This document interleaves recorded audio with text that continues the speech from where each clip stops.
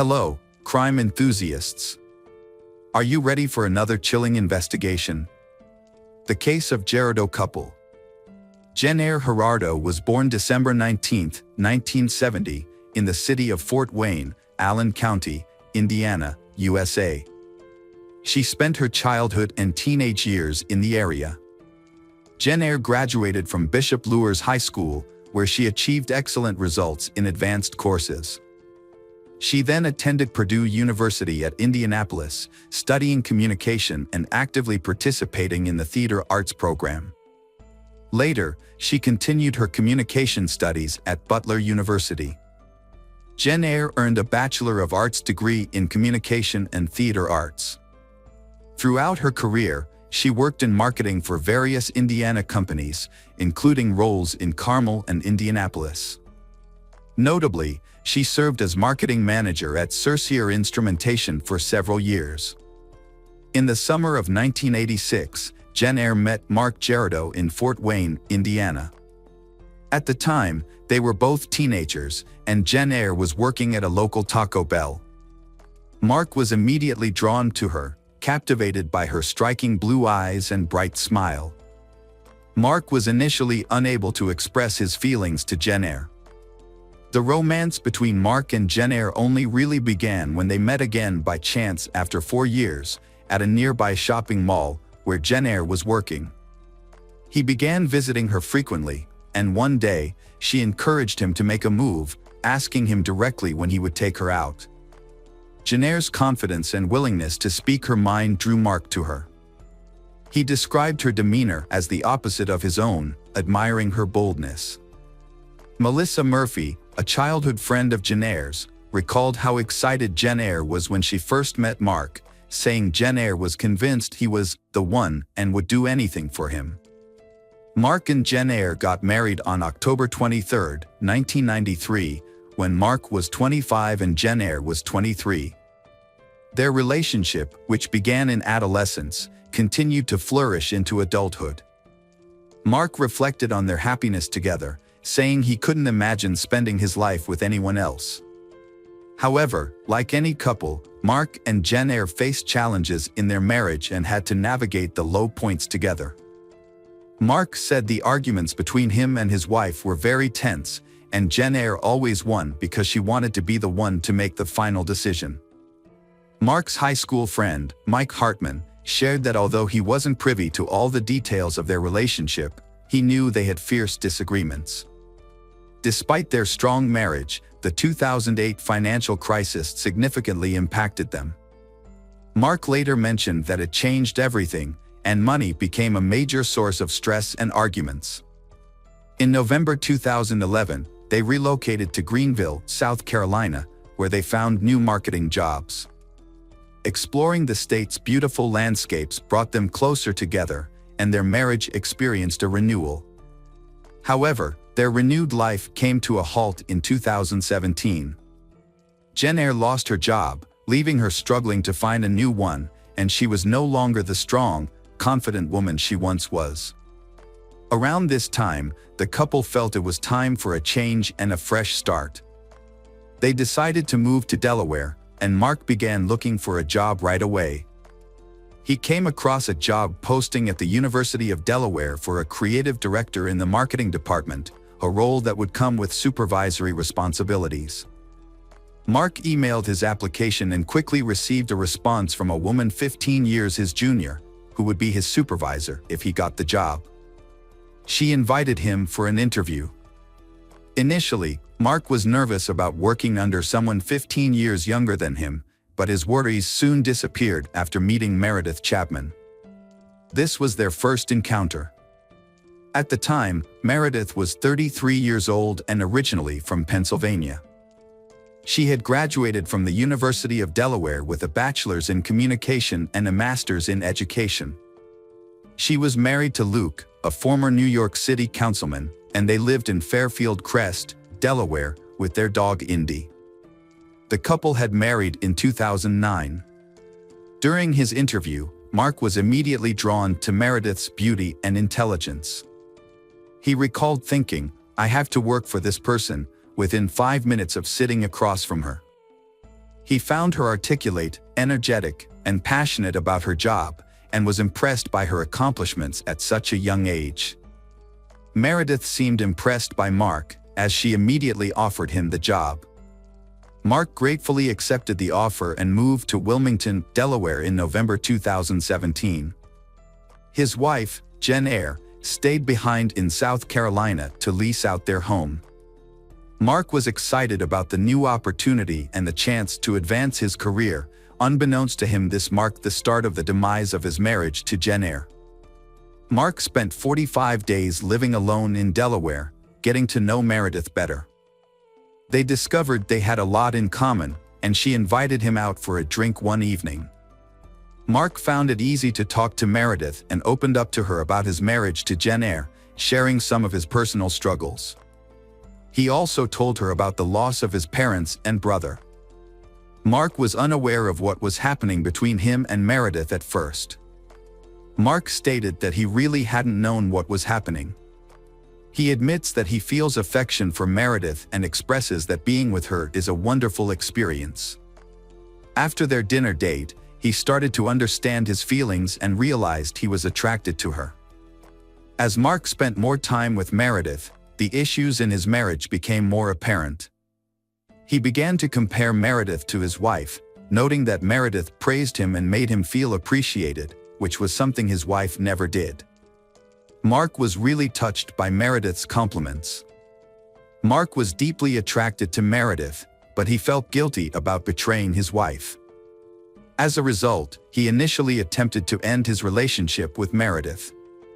However, he couldn't shake off the feelings he had developed for her, especially after learning that Meredith was unhappy in her own 9-year marriage. Mark explains that his relationship with Meredith is great, which made it difficult for him to shut down the relationship. He wanted to understand what drew them together. Before Jen Eyre joined her husband in Delaware, Mark and Meredith had already confessed their love for each other. Mark felt it was natural to express his love for Meredith, as the feeling was powerful. In December 2017, Jen Eyre moved north and noticed Mark's distant behavior. She soon confronted him, sensing that he might be involved with another woman. Jen Eyre asked Mark what was going on with him and said that he was acting different. Jen Eyre specifically mentioned Meredith because Mark often mentioned her when discussing new job. Although Mark initially denied the affair, Jen Eyre continued to question him, aware that something was amiss between him and Meredith. She began to closely monitor his activities. Mark is confused as to why Jen Eyre knows the private aspects of his affair with Meredith. Around Valentine's Day in 2008, Jen Eyre collected evidence that her husband was having an affair. However, this came at a cost. Mark discovered that Jen Eyre had hired a company to hack into his phone, allowing her to read his texts, view his photos, and access his call records with Meredith. Mark confessed to Jen Eyre that he had developed feelings for Meredith, unable to continue the deception. Jen Eyre, heartbroken but determined to save their marriage, asked Mark to attend marriage counseling with her, and he agreed. However, during their second session, Mark discovered a recording device hidden in his jacket. Initially thinking it was an anti-theft device, he realized it was actively recording him. Furious, Mark confronted Jen Eyre. She claimed she wanted to understand the extent of his relationship with Meredith and suspected they were planning something together. This has been marked the beginning of the end for Mark and Jen Eyre's marriage. Mark eventually told Jen Eyre that he intended to file for divorce in May 2018, once he had met the residency requirements in Delaware and could leave their shared home. During this period, Meredith Chapman's life was on an upward trajectory. She had landed a new role as assistant vice president at Villanova University in Pennsylvania and relocated to Radnor Township. Meanwhile, her marriage was coming to an end, paving the way for her to pursue a relationship with Mark. As Meredith and Mark's relationship deepened, Jen Eyre, was Mark's wife at that time, began consulting with divorce coach Sheila Brennan. Jen Eyre was struggling with feelings of bitterness and anger, stemming from being replaced by a younger woman. Her concerns were compounded by financial uncertainty, having moved north without securing a new job. Jen Eyre's situation continued to deteriorate, ultimately taking a toll on her mental health. Mark noticed her distress and suggested that she see a psychiatrist for professional help. He also encouraged her to reach out to family and friends, as she had mentioned suicidal thoughts and even threatened to jump out of a window. Mark stated that Jen Eyre appeared to have come to terms with their upcoming divorce. She walked up to him with a list of things she wanted him to do in the weeks before he officially moved out. Her requests included activities such as going on hikes, having dinner together, and generally spending quality time as a couple.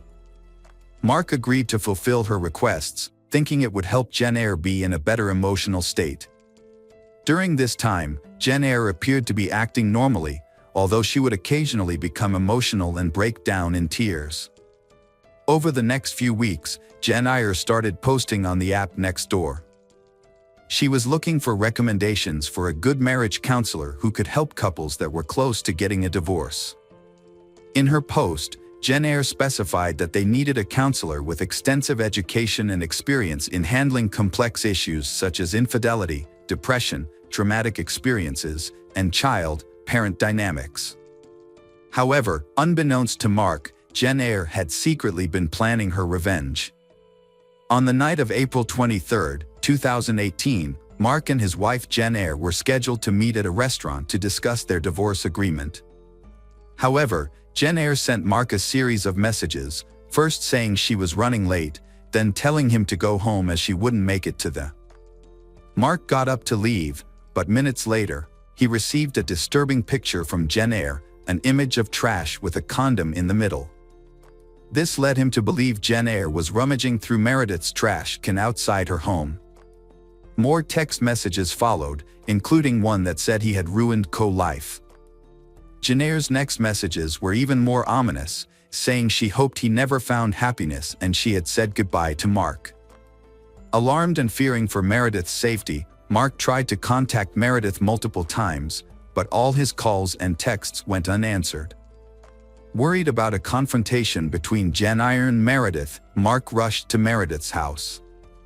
What he found was far more horrific than he had anticipated. Upon arrival, he discovered Meredith lying face down on her kitchen floor. Around her head was a pool of blood. Nearby, he also found Jen Eyre's lifeless body on the floor. Mark shouted in shock and ran to Meredith. He said, "Baby, oh baby, what have you done?" Meredith had excitedly posted on her Instagram about her new job at Villanova less than 2 hours before she died, expressing her excitement. According to Meredith's 5:42 p.m. post, after just 1 week on the job, she's already earned the love of fans at NOA Nation. Later that evening, she arrived at her home on Lowry Lane in Radnor Township, parked her Audi in the driveway, opened the door, and walked inside, unaware that Jen Eyre had broken in and was hiding, waiting to attack her. When Mark got there, Tim, one of Meredith's neighbors, was present. He mentioned that he heard a commotion and went out to see what happened. Mark asked him to call 911. Sergeant Christopher Four of the Radnor Township Police Department said the call made his heart sink. Sergeant Christopher said they don't usually get calls like this. When they arrived, the scene was chaotic with a lot of police present. Mark, who appeared out of breath according to Christopher, was put in an ambulance before being taken to the police station as a suspect. After questioning Mark and discovering that the gun used in the 2 deaths was under Jen Eyre's body, the police concluded that Jen Eyre had broken into Meredith's home, killed her, and then committed suicide. The police received a tip from witness, who claimed to see a woman in a trench coat, hat, sunglasses, and possibly a wig watching the house with binoculars. They also found a set of car keys at the crime scene that were traced to a Cadillac rented by Jen Eyre. Mark was surprised to learn about the Cadillac. He said he learned most of this from the police and the news. Jen Eyre had rented the car 2 weeks before the incident, and it was parked just outside their apartment. Mark continued his investigation by examining his wife's bank statements, phone records, and computer backups, discovering that she was leading a double life. After Mark confessed to his affair shortly after Valentine's Day, he found out that Jen Eyre had opened a secret bank account and credit cards. She used these cards to buy audio surveillance equipment, a lock-picking kit, computer hacking software, and DNA testing kits for his clothes. Mark also revealed that she purchased advanced GPS tracking devices and attached them to both his and Meredith's cars. Mark stated that he had found over 400 images of private conversations between Meredith and him from text and Snapchat, and that Jen Eyre would access his phone in the middle of the night. On March 20, 2018, 5 weeks before committing the murder, Jen Eyre bought the gun she used in the murder and suicide. Her credit card statements showed that she practiced shooting the gun 3 times at a firing range. Mark claimed that Jen Eyre had secretly placed several recording devices in his clothes. He discovered files containing hundreds of hours of audio recordings his wife had not only recorded but also transcribed into notebooks. According to Mark, Jen Eyre had taken all his jackets and embedded multiple devices, constantly switching them in and out. Every day, she would remove a device, download the recorded content, and then sew it back into his jacket, repeating this process for weeks. It was revealed that on the night Jenner killed Meredith and herself, she emailed a letter to her family, chillingly explaining her motive. She had begun the letter weeks prior, dating her entries, and described how it was an act of revenge for what he had done to her, saying, "That's as simple as it gets." Dr. Robbie Ludwig, a psychotherapist who studied marriage-related homicides and Red Letter, suggested that Jen Eyre may have been driven to kill Meredith and herself because she could not bear losing Mark. Dr. Robin commented that, in his opinion, there was something about listening to the recordings that made Jen Eyre angry and upset. Dr. Robin went on to say that Jen Eyre found the strength to act because she believed that her suspicions about her husband's character were correct. However, when she became suicidal and lost hope in life, she became more dangerous. It seemed that she had arranged everything to make her husband suffer. In a TV interview with Dr. Ozark, Mark shared a shocking revelation. Jen Eyre had written a 15-page letter, confessing that if he had walked in on the crime scene, she would have killed him as well. He acknowledged that he had hurt Jen Eyre, and his greatest regret was making her feel trapped and without options. He deeply wished he could travel back in time and erase the hurt he had caused. He confessed that his love for Jen Eyre had remained strong and never disappeared. Mark explained that he drove by Meredith's house multiple times as a way to cope with his emotions and come to terms with what had happened, helping him to process his feelings and move on. Hello friends, welcome to our channel. Today we're going to take a look at another horrible case with you. The case of Carmen Thomas. Carmen Thomas was born on October 30th, 1987, in South Africa. Her life took a drastic turn when her father passed away when she was just 10 years old. Overwhelmed by grief, her family moved to live with relatives in Whitby, United Kingdom. However, the move did not bring the peace they had hoped for, and they eventually returned to South Africa. When Carmen turned 18, she decided to leave behind with her relatives and later relocated to London to pursue her education. She earned a master's degree in marketing and quickly became known for her charismatic and outgoing personality. Carmen formed strong bonds with many people and became a loyal friend and companion. However, living in a big city like London came with its expenses, and Carmen had to work hard to maintain a decent standard of living. By day, she worked as a marketer in a store, and by night, she worked part-time at a gentleman's club. Although her career choices may have raised eyebrows, Carmen was a woman of principle and never compromised her values. She conducted herself with dignity and earned the respect of her clients. It was during her time at the club that she met Brad Callahan, a charming and flamboyant man. Brad was born in April 1978 in New Zealand to parents who separated when he was just 9 years old. He stayed with his mother and later moved to Australia. Brad graduated from university in 2001 with a degree in construction engineering. He was then offered a job as a chief structural engineer for a large business complex in the UK by a prominent construction company. To navigate the complex's high-stakes negotiations and enhance his professional status, Brad sought the services of a gentleman's agency, where he met Carmen. She was intelligent, tall, and beautiful, with striking dark eyes and black hair. However, Brad's demanding career and ambitious nature left him little time for a serious relationship. Despite this, Brad and Carmen got along well after a dinner, and their casual interactions eventually blossomed into a solid friendship. Over time, their friendship deepened into a romance, and they began living together. Their relationship was built on mutual trust, care, and support. When Carmen got pregnant, Brad decided it would be better to go back to New Zealand, a country with cleaner air and a more laid-back lifestyle. In March 2005, they returned to Auckland. After the birth of their son Jack, they experienced immense happiness. They prioritized Jack's safety and well-being, making sure he had everything he needed for a happy childhood. However, the arrival of their son brought significant challenges to their relationship. The first problems arose in the relationship between Carmen and Brad due to disagreements on how to raise their child, causing tension and instability.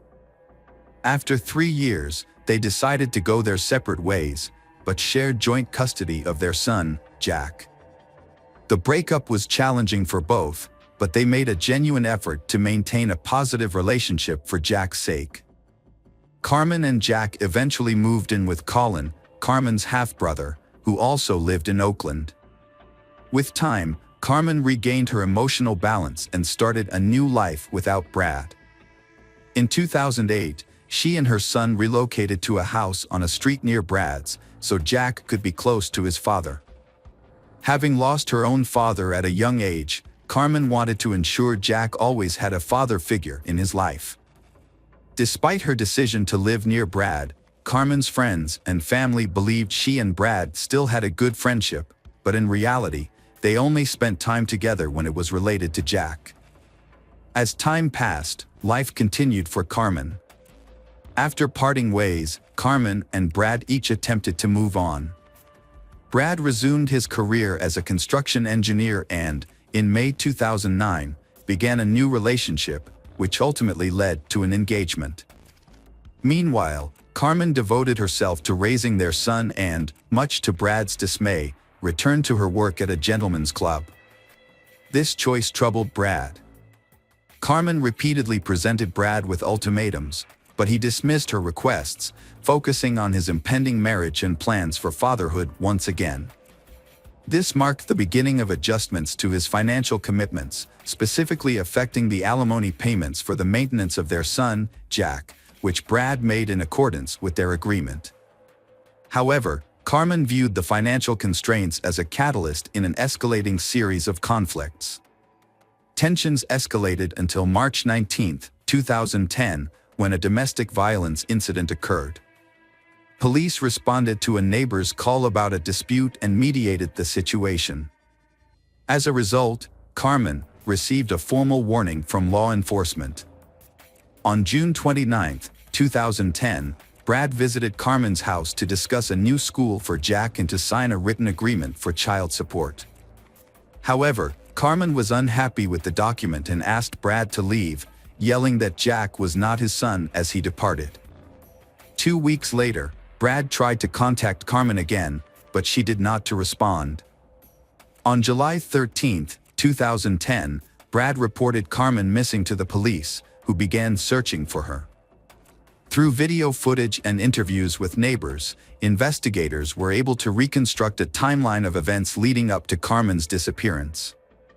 They discovered that on June 29, a surveillance camera at a nearby supermarket had captured footage of Carmen, providing a potential lead in the search. During their investigation of the rented house where Carmen and Jack lived, police noticed that there was no outdoor garbage can. Inside the house, they found bloodstains on the front door, washing machine, sink, and shower. To confirm the presence of blood, forensic scientists used luminol, a substance that reacts with the iron in hemoglobin. The test revealed multiple patterns of blood on the bathroom door and floor. The landlord reported that on June 29, she heard loud screaming, followed by prolonged crying and moaning. When she knocked on Carmen's door, no one answered. She looked out the window and saw a street trash can and an overturned drying rack, which caught her attention.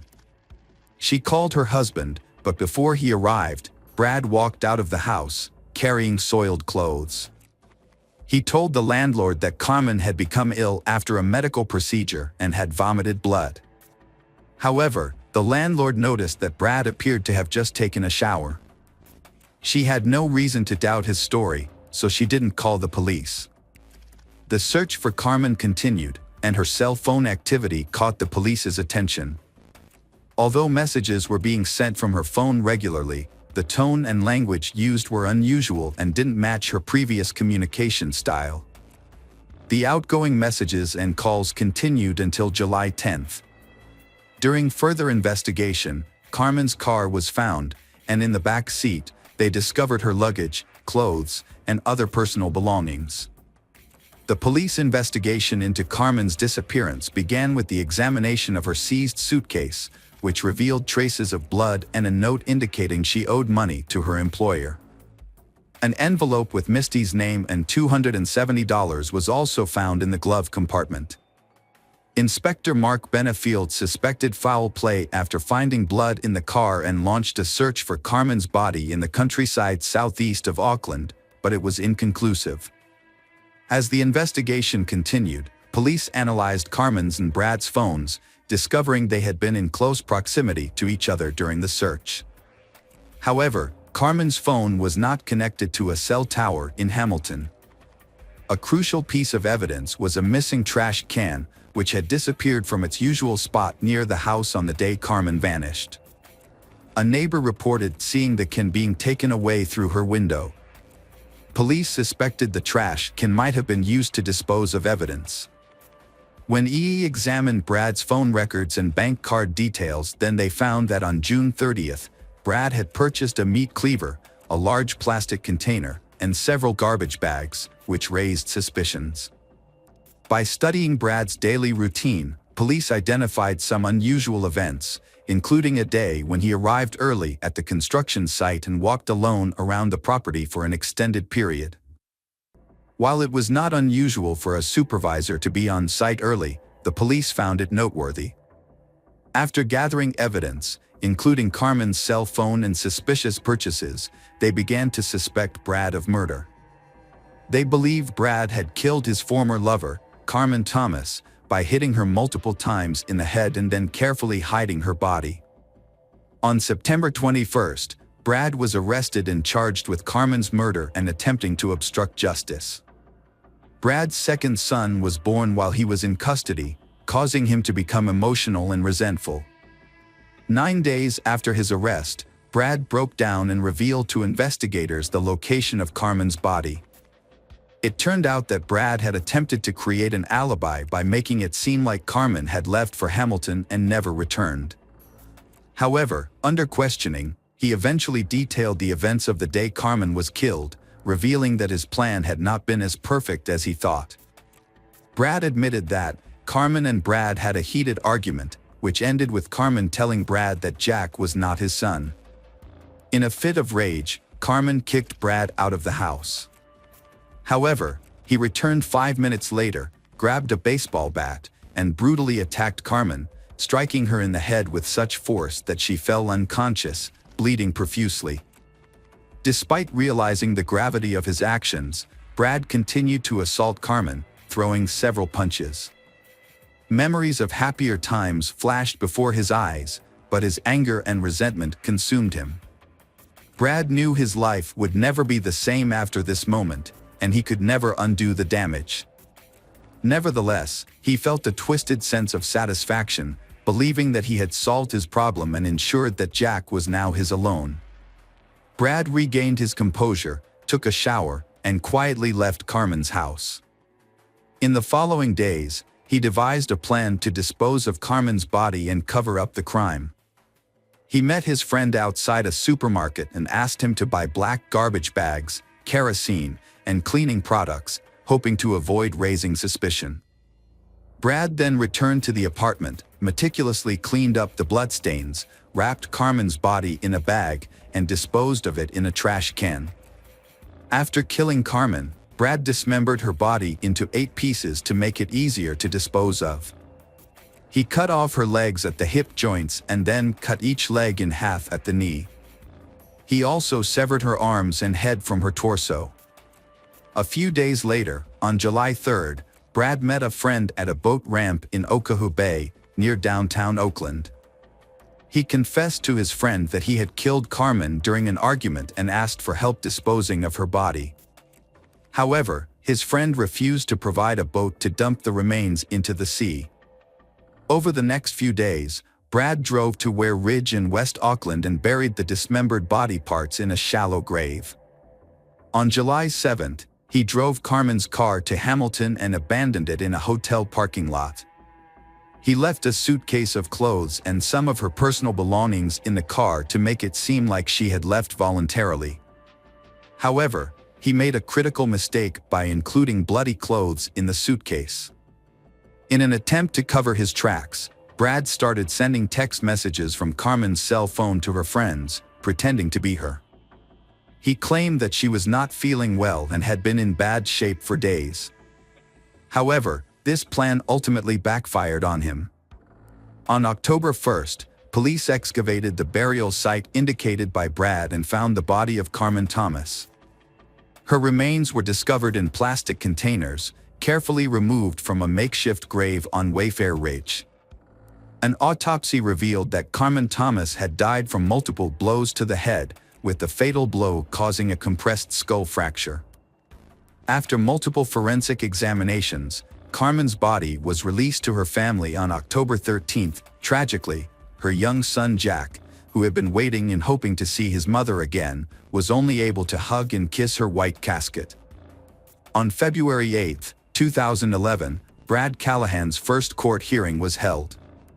Judge Winning determined that the crime was unintentional and took into account Brad's claim that he acted impulsively in a state of rage.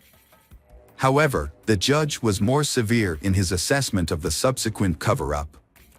On May 26, 2011, Brad Callahan was charged with attempting to change the course of justice. A retrial was held on November 25, 2011, where police officers filled the High Court in Auckland. In a surprise move, Brad Callahan made 2 guilty pleas, admitting to murder and attempting to change the course of justice after Carmen's death. A judge has sentenced 31-year-old Brad Callahan to life in prison for murdering Carmen Thomas.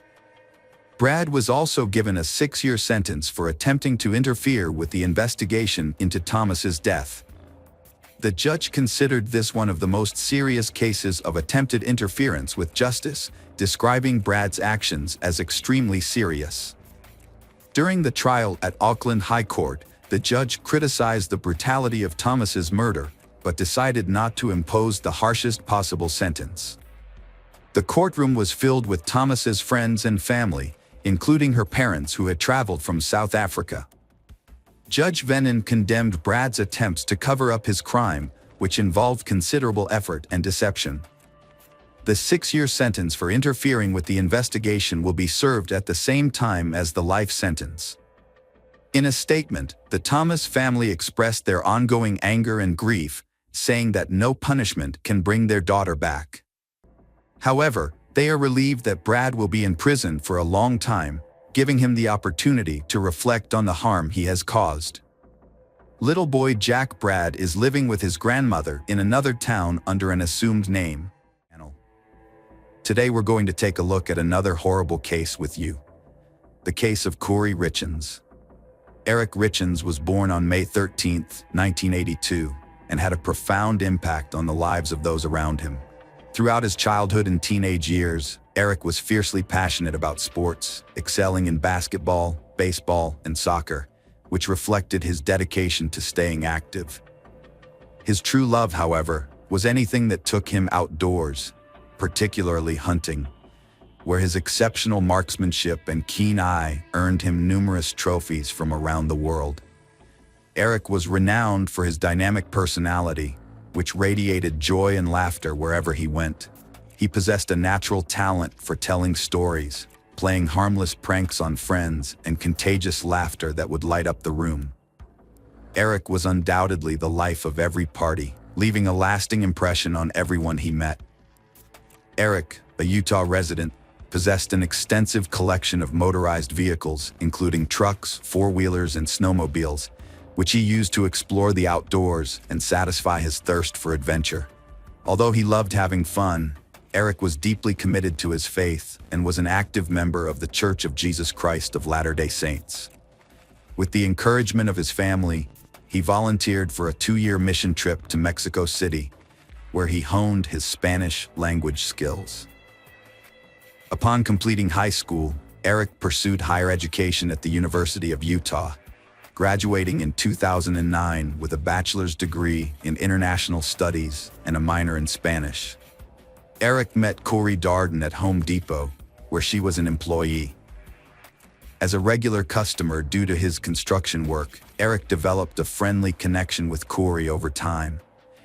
He was attracted to her charm and beauty, but was too shy to approach her directly. So Eric asked a friend to help him get her contact information. One day, while Eric's friend was shopping at Home Depot, he casually asked Corey for her phone number, mentioning Eric's interest in getting to know her better. Appreciative of his friend's help, Eric anxiously waited to hear back. It was now up to Eric to make the next move, and he finally summoned the courage to call Corey, arranging their first in-person meeting. Unbeknownst to him, this meeting would alter his life forever. From the moment Eric and Corey met, they clicked. Their connection was undeniable, and their first date marked the start of a romantic journey. As they introduced each other to their families, their bond grew stronger. Corey's mother and brothers instantly took to Eric, while Eric's family was equally impressed by Corey's kind nature and how well she fitted in with him. Although Eric's sisters, Katie and Amy, were initially cautious, they soon warmed up to Corey and made her feel part of their family. Eric and Corey tied the knot in 2013 with a private wedding ceremony. 2 years later, Corey gave birth to their first child, Carter, and later Ashton, and finally Weston, completing their family of 5. Eric proved to be a natural at fatherhood, and his sons looked up to him with admiration. He was exceedingly proud of his boys, celebrating their every achievement, whether it was academic, in sports, or in the arts, and was always present to cheer them on and congratulate them on their accomplishments. Eric eventually launched a stonemasonry business which proved extremely successful. His exceptional craftsmanship and meticulous attention to detail set him apart, attracting clients seeking his expertise in crafting stunning stonework. The thriving business brought financial security to Eric and his family. Meanwhile, Corey's real estate ventures also generated a significant income. Her entrepreneurial drive and in-depth knowledge of the local market made her a vital contributor to their family's growing prosperity. She would buy homes, renovate them, and sell them at a profit. As a result, the Richens family built considerable wealth, and their lifestyle embodied the pinnacle of success. On the surface, the Richens family seemed to have a perfect life. However, this illusion of perfection shattered on March 4, 2022, when Corey made a frantic emergency call to report that her husband Eric was not responding. When paramedics arrived, they discovered that Eric had sadly died. Corey was devastated by the news and called her mom, Lisa, who rushed over. Her brothers DJ and Ronnie joined them, struggling to process Eric's sudden death. They'd celebrated Corey's business success at their new mansion earlier, with Corey making Eric a Moscow Mule before bed. She'd slept with her son due to his nightmares, and when she returned to their room at 3 a.m., found Eric cold and unresponsive. As Corey waited for the paramedics to arrive, she remembered the dispatcher's instructions to perform CPR on Eric, which she claimed to have followed. While the paramedics were unable to determine the exact cause of Eric's death, They suspected it might have been an aneurysm, given that Eric was a healthy 39-year-old with no known medical conditions. However, it emerged later that Eric had confided in Corey about chest pains the night before his death, which lent further support to the aneurysm theory. But the autopsy results were to reveal a shocking truth. Eric's death was caused by a lethal dose of fentanyl, a powerful and dangerous pain medication that can be fatal in excessive amounts. This discovery raised a critical question for the investigators. How did Eric ingest this substance? Eric's family blamed his recreational drug use for the fentanyl in his system after he died. Corey said Eric took THC gummies nightly to relax, but they worried about their source, suspecting he bought them illegally. Despite this, Eric's family firmly rejected the allegations, convinced that there was more to the story, and urged investigators to explore alternative explanations. Meanwhile, Corey attempted to move forward with her life, but her brother Ronnie disclosed that she was facing immense challenges. The loss of her husband and their father had created a void in their lives, and their 3 sons were acting out in response to the uncertainty surrounding his death. Detectives suspected foul play in Eric's death. After Corey appeared on Utah News to promote her book on grief, she was arrested May 8, 2023, accused of murdering her husband. The community was stunned, trying to make sense of the sudden, tragic turn of events. Corey has been accused of homicide by poisoning. Eric's family claims that Corey deliberately added a lethal dose of fentanyl to the Moscow Mule she prepared for him on the night he died. However, Corey's lawyer argues that no fentanyl was found on the glassware at their home. Corey denies any involvement in Eric's death, stating that she had no motive to harm him. Corey's mother, Lisa, was shocked and disbelieving when she heard about her daughter's alleged role in Eric's death. She told investigators that the couple seemed happy and there was no reason for Corey to kill him. However, the investigation revealed that the relationship between Corey and Eric was not as perfect as it seemed. The couple had issues, and Corey, a stay-at-home mom for several years, longed for independence. Furthermore, Corey was growing increasingly frustrated with Eric's frequent hunting trips. Lisa revealed that Eric had been unfaithful in the marriage, and the couple had confided in her about the affair. Eric and Corey sought counseling to address their problems, but Eric's family denies that he ever cheated on Corey. According to them, the couple's decision to seek counseling was driven by Eric's love for his sons and his desire to save the marriage. Eric had started thinking about what would happen if he got a divorce, despite trying to save his marriage. To protect his assets, he took some precautions. Without telling anyone what he was doing, he set up a secret trust with his sister Katie. During the investigation, it was found that there were 6 life insurance policies on Eric, worth a total of $3 million. 2 months before Eric died, Corey had forged his signature on another policy worth $100,000. It was also discovered that Corey had allegedly taken money from Eric's personal accounts and misused funds from his business over several years.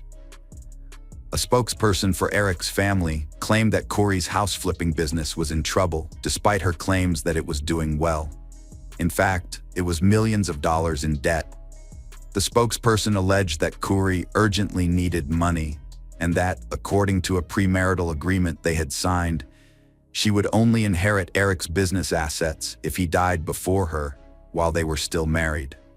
Corey's attorney rejected the allegations, clarifying that her business was not in debt. They pointed out that temporarily taking on debt through lines of credit was a standard practice in the house-flipping business, and that once the properties were sold, the debt would be settled. The attorney stressed that the large figure cited by the spokesperson simply represented the volume of business transactions involved. Lisa, Corey's mom, said Eric backed Corey's business ventures, including buying the Heber Valley mansion where they partied the night he died. Corey bought the 2017-built abandoned mansion with investor help, planning to develop it into a recreational spot and sell for a profit, potentially earning $12 million, a huge jump from the $3 million purchase price. Eric's family says he opposed buying a mansion, contradicting reports. They claim he argued with his wife about it, and that Corey gave him a fentanyl-laced drink on the night he died. They also accuse Corey of previously trying to harm Eric on a Greece trip.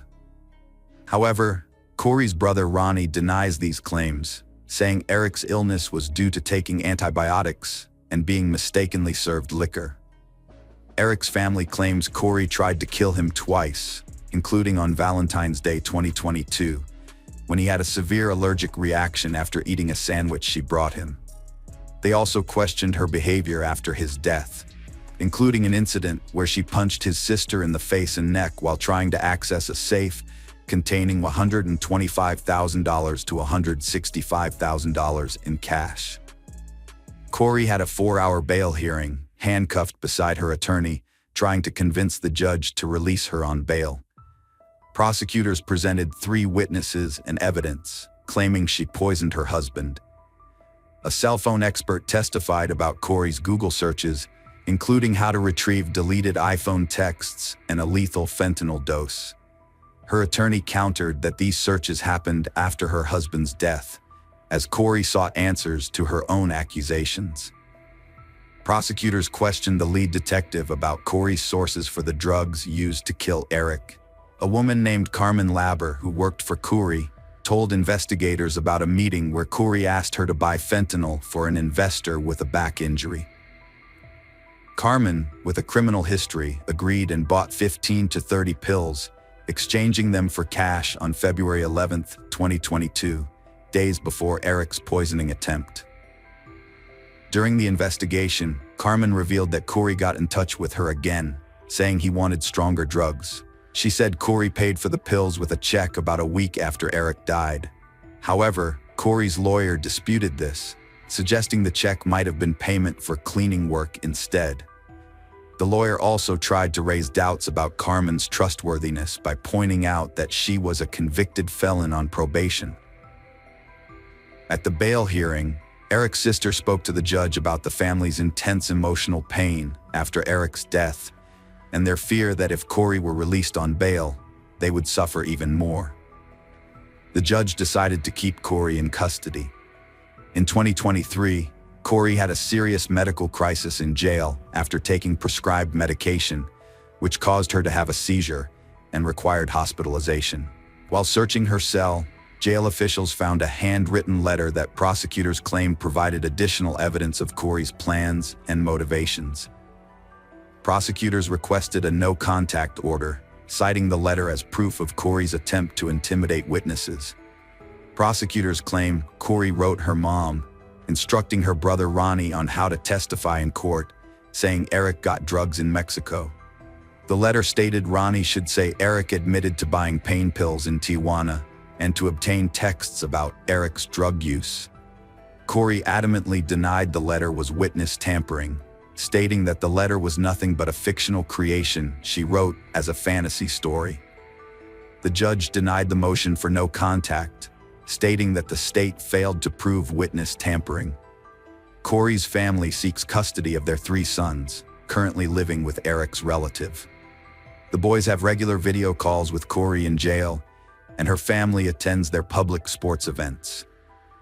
Corey faces 25 years to life if convicted of murdering her husband Eric with fentanyl. His family has filed civil cases, believing she's after his money. The trial starts in 2020. Hello friends, welcome to our channel. Today we're going to take a look at another horrible case with you. The case of Alex Murdaugh. Richard Alexander Alex Murdaugh was born on May 27, 1968.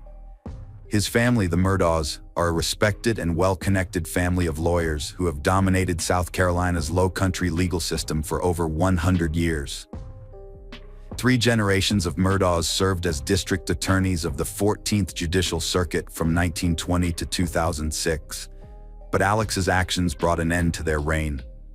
The foundation of the family's later success was laid by Alex's great-grandfather, Randolph Murdaugh Sr., who founded the law firm Peters, Murdaugh, Parker, Eloth & Dietrich, PMPD. Over the decades, the Murdaughs, influence grew so substantial that the Hamptons became known as Murdaugh County.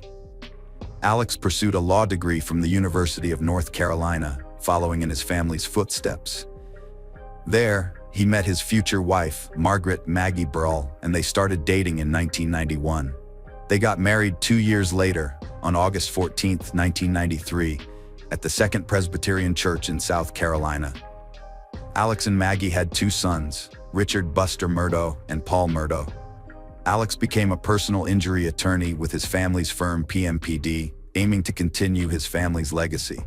However, unlike his predecessors, Alex misused the power and influence his family's firm provided, using it to conceal financial crimes, theft, and possibly even murder.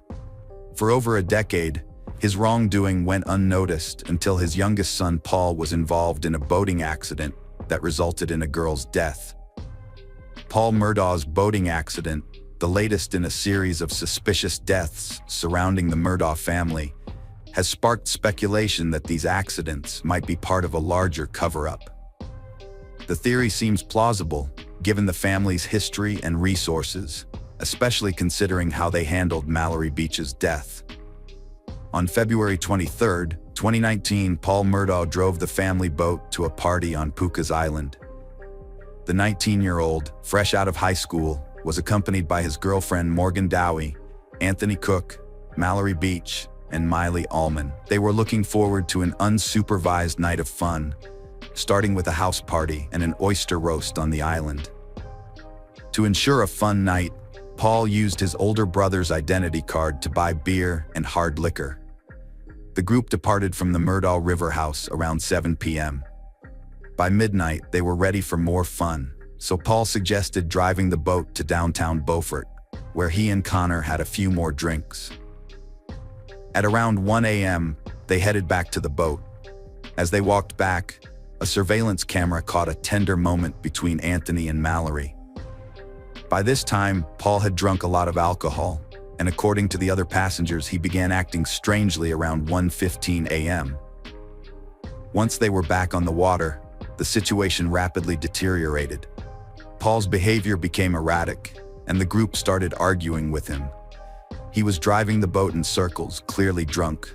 Anthony wanted to get off on a nearby rock, but Paul refused to let him. Morgan said Paul left the steering wheel multiple times to argue with her and Mallory, who was terrified. According to the GPS data from the onboard Garmin device, the boat's speed increased at some point. Paul was behind the wheel when the boat crashed into the Arur Creek Bridge at 2:20 a.m., despite his denial that he had been speeding. As a result, Mallory was thrown into the water. The others were also hurt, with Connor suffering a broken jaw and Morgan's hand being badly injured.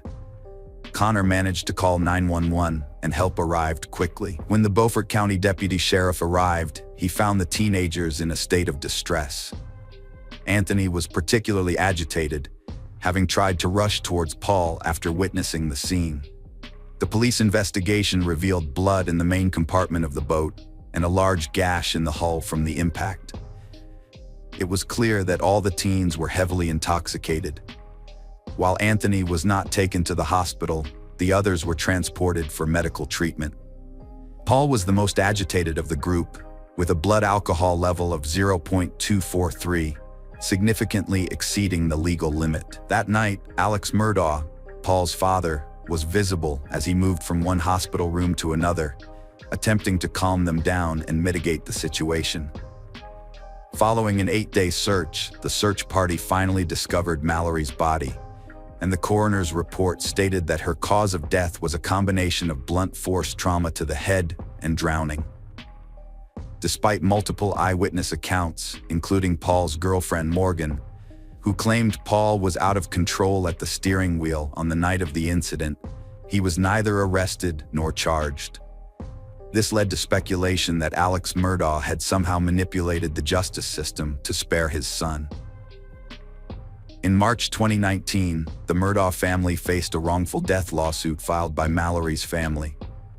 The lawsuit alleged that Paul's mother, Maggie, was aware her son was drunk when they went boating and had provided the necessary identification to purchase alcohol. It wasn't until April 18, 2019, which coincided with Mallory's 20th birthday, that Paul was charged with 3 felonies: boating under the influence, causing Mallory's death, and seriously injuring 2 other passengers. Paul pleaded not guilty and was released on a $50,000 bond. Unfortunately, Paul did not live to face trial, as he passed away before the proceedings. This incident added to the tally of seemingly accidental deaths linked to the Murdaugh family. Additionally, the murder of openly gay teenager Stephen Smith has also been associated with the Murdaughs. Stephen was discovered dead on July 8, 2015, in the middle of a road in Hampton County, South Carolina, with blunt force trauma to the head. The initial ruling was a hit-and-run incident with no suspect arrested. However, Stephen's mother believed he was the victim of a hate crime, as he had been a classmate of Alex Murdaugh's oldest son, Buster, in high school, and there were rumors of a romantic relationship between them. Some people believe that Buster might have been involved in Stephen's death, and that the claim he was killed in a hit-and-run was fabricated to conceal the truth. However, it wasn't until March 22, 2023, that the South Carolina Law Enforcement Division reopened the case, declaring Stephen's death a murder, although no suspects have been identified. The Murdaugh family has also been linked to another tragic event: the death of Gloria Satterfield, their longtime housekeeper. On February 2, 2018, Gloria suffered a severe head injury after falling down the stairs at the family's Moselle residence.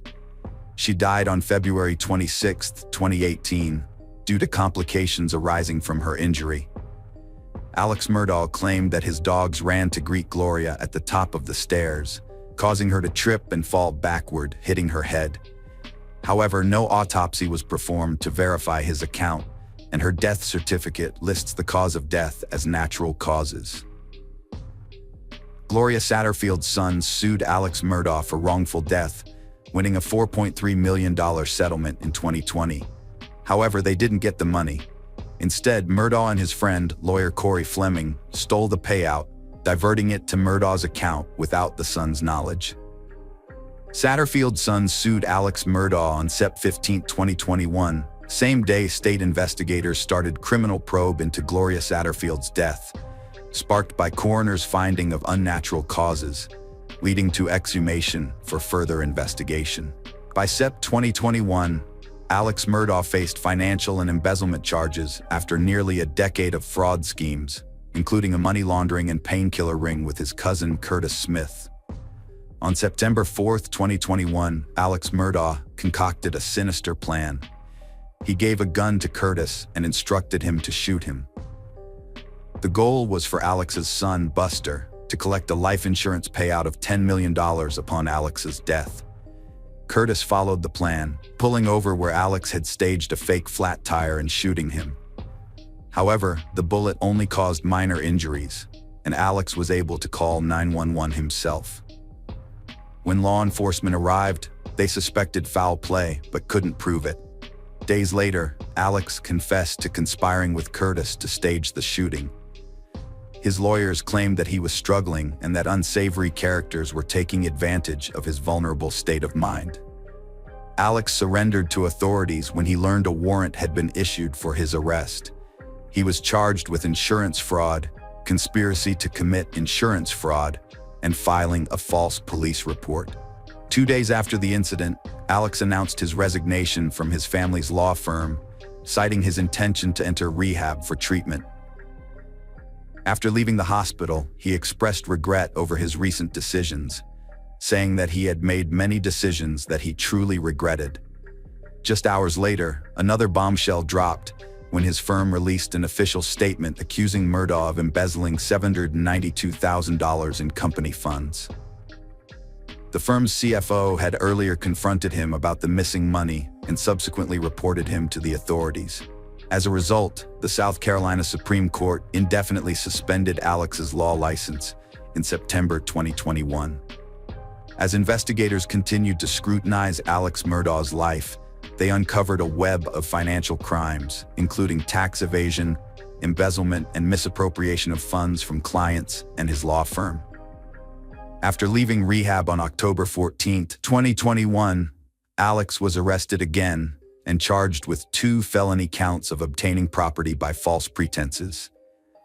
The arrest stemmed from an investigation into his alleged misappropriation of a wrongful death settlement payout related to Gloria Satterfield's case. This time, the court denied him bond. Alex Murdaugh's legal troubles were just getting started. On November 18, 2021, he was indicted on 27 counts of financial misconduct, accused of stealing from his clients, fellow lawyers, and the family of his late housekeeper. Just 3 weeks later, on December 9, 2021, additional charges were filed against him, bringing the total to 48. At the time, the charges included forgery, money laundering, computer crimes, and breach of trust with fraudulent intent. It was estimated that Alex had stolen over $6.2 million from his victims. The state's investigation into Murdaugh's business dealings took months to unravel, with new charges being brought against him almost daily. By June 2022, the number of charges against him had grown to 81. When Alex was formally disbarred on July 13, 2022, he faced a total of 84 criminal charges and 11 lawsuits. Among those who filed lawsuits against the estates of Margaret and Paul Murdaugh was the mother of 19-year-old Mallory Beach. The enormity of these financial crimes led to questions about the character of the once prominent attorney. Was he hiding something even more sinister, such as the murder of his wife and son? If so, what would his motive have been?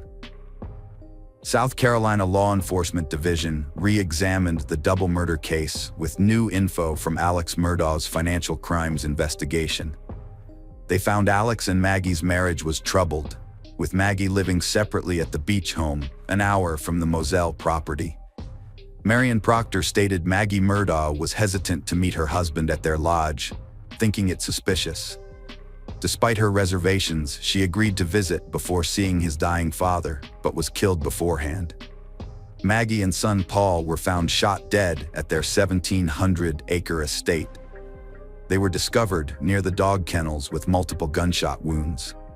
Paul was shot twice with a shotgun, while Maggie had 5 wounds from an AR-style rifle firing .300 blackout ammo. Alex Murdaugh stated that he had taken a lengthy nap that day before going to visit his ailing mother, who was suffering from dementia. He claimed to have been away for approximately 45 minutes to an hour and a half, and upon his return, he discovered his wife and younger son deceased on the floor near the dog kennels. Alex Murdaugh, a lawyer, killed his family to divert attention from his financial wrongdoings. He faced a subpoena and a hearing on June 10, 2021, and his law firm had discovered his misuse of company funds. Fearing exposure, he allegedly murdered his family. Alex Murdaugh was charged with killing his wife and son 13 months after they were fatally shot. The prosecutor claimed Murdaugh used a shotgun and rifle, but the guns were never found. The defense argued 2 shooters were involved due to different weapons used, and expert testimony suggested the killers were 5'2" to 5'4" inch tall, excluding Murdaugh, who was 6'4". Prosecutors argued that other factors affected the bullet path and that Murdaugh was a suspect from the start. They showed 2 videos of him in different clothes, implying he tried to sway a key witness. Cell phone data shows Murdaugh was at his mom's for 15 to 20 minutes, not 45. A video on Paul's phone at 8:44 p.m. puts Murdaugh at the crime scene, debunking his alibi. Murdaugh admitted lying about his alibi, blaming opioid addiction and paranoia. Prosecutors think he used his wife's phone to create a fake alibi, and cell data shows a suspicious rise in his steps, suggesting evidence tampering. Video from dog kennels was key evidence, leading to Murdaugh's guilty verdict and 2 life sentences. Murdaugh's lawyers seek new trial alleging jury tampering. He faces appeal, criminal charges, and lawsuits. Friends, welcome to our channel. Today we're going to take a look at another horrible case with you. The case of Soraya Sierra. Soraya Sierra was born on November 9, 1979, in New York, the second of 3 children in a large family. She grew up with her older brother David and younger sister Christina. Her parents, Dennis and Bethany Jimenez were of Puerto Rican descent and had immigrated to the United States in 1973, settling in Manhattan, where their children were born. After moving, the couple joined a local Protestant community and converted to evangelical Christianity. They raised their children in a strict environment, adhering to the religious principles of their adopted faith. The family was regular churchgoers, socialized with other community members, and the children attended Sunday school. Soraya was an active and creative person who stood out for her strong will and complex personality. Unlike her younger sister Christina, who was quiet, obedient, and modest, Soraya was seen as a rebellious and mischievous individual. However, she still respected her parents and acknowledged their authority. In the Jimenez household, there were strict rules that everyone followed. These rules governed daily routines, everyday moments, and behavioral norms. For instance, the daughters were not allowed to interact with boys, go on dates, or stay out past 9 p.m. All their friendships were monitored, and their parents always knew who they were with and where. As a result, Soraya's life revolved around home, school, and church, and her social circle was limited to people she met in those places. Soraya, active, energetic, socially oriented girl, was bored and cramped within the framework in which she was kept, but her parents were sure that they were doing the right thing for the good of their children. During her school years, Soraya planned to enter a pedagogical university and become a teacher in the field of culture or arts. But closer to the end of her studies, she became interested in psychology and began to think about connecting her future profession with this field of activity. At a religious community meeting, a young woman named Soraya caught the eye of Stephen Sierra, a man 7 years her senior. He was the first to approach her, finding an excuse to chat. Soraya was just 18 at the time, and with her parents' approval, the two started dating. Stephen made a good impression on Dennis and Bethany, who thought he was a decent, polite, and honest suitor for their daughter. Though Soraya wasn't deeply in love with Stephen, she agreed to marry him, largely to gain independence from her parents' household and strict control. Despite having a good relationship with her parents, Soraya yearned for the freedom to make her own choices and shape her own future. Less than a year after they met, Soraya and Stephen got married in February 1999. At the time, Soraya was 19 years old, and Stephen was 26. After the wedding, they moved to Michigan, where Stephen's parents lived. This was a big change for Soraya, who had spent most of her life in her native New York. The new surroundings seemed to invigorate her, and she threw herself into making their new house a home, enjoying new friendships, and exploring the local area. She got a job as a receptionist at a dental office and started thinking about pursuing a college degree. Soraya soon became pregnant and gave birth to 2 children, a boy and a girl. As a result, she had to put her plans to attend university on hold, as she was fully devoted to motherhood and found joy in it. A couple of years later, the Sierra family, now with 2 young children, made another move, this time to sunny California, where they settled in the charming Silver Lake neighborhood of Los Angeles. There, Stephen was offered a job opportunity. However, it soon became clear that his earnings were insufficient to support their lifestyle. After discussing their situation, they decided to return to New York, eventually settling into a modest rented apartment located near the home of the Jimenez family. At that time, the couple, Soraya and her husband, were struggling with serious financial issues. With Soraya staying at home to take care of the children, her husband had to make do with irregular income, which led to periodic debt. However, things started to look up when the children began attending school, and Soraya landed a job at an advertising agency. Around the same time, Stephen found a stable job as a bus driver on one of the city routes.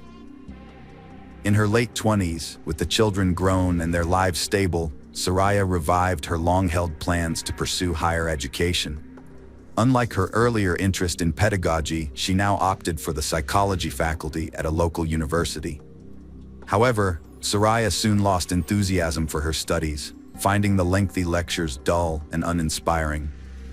She decided to explore alternative fields, seeking a profession that would excite, inspire, and allow her to express herself.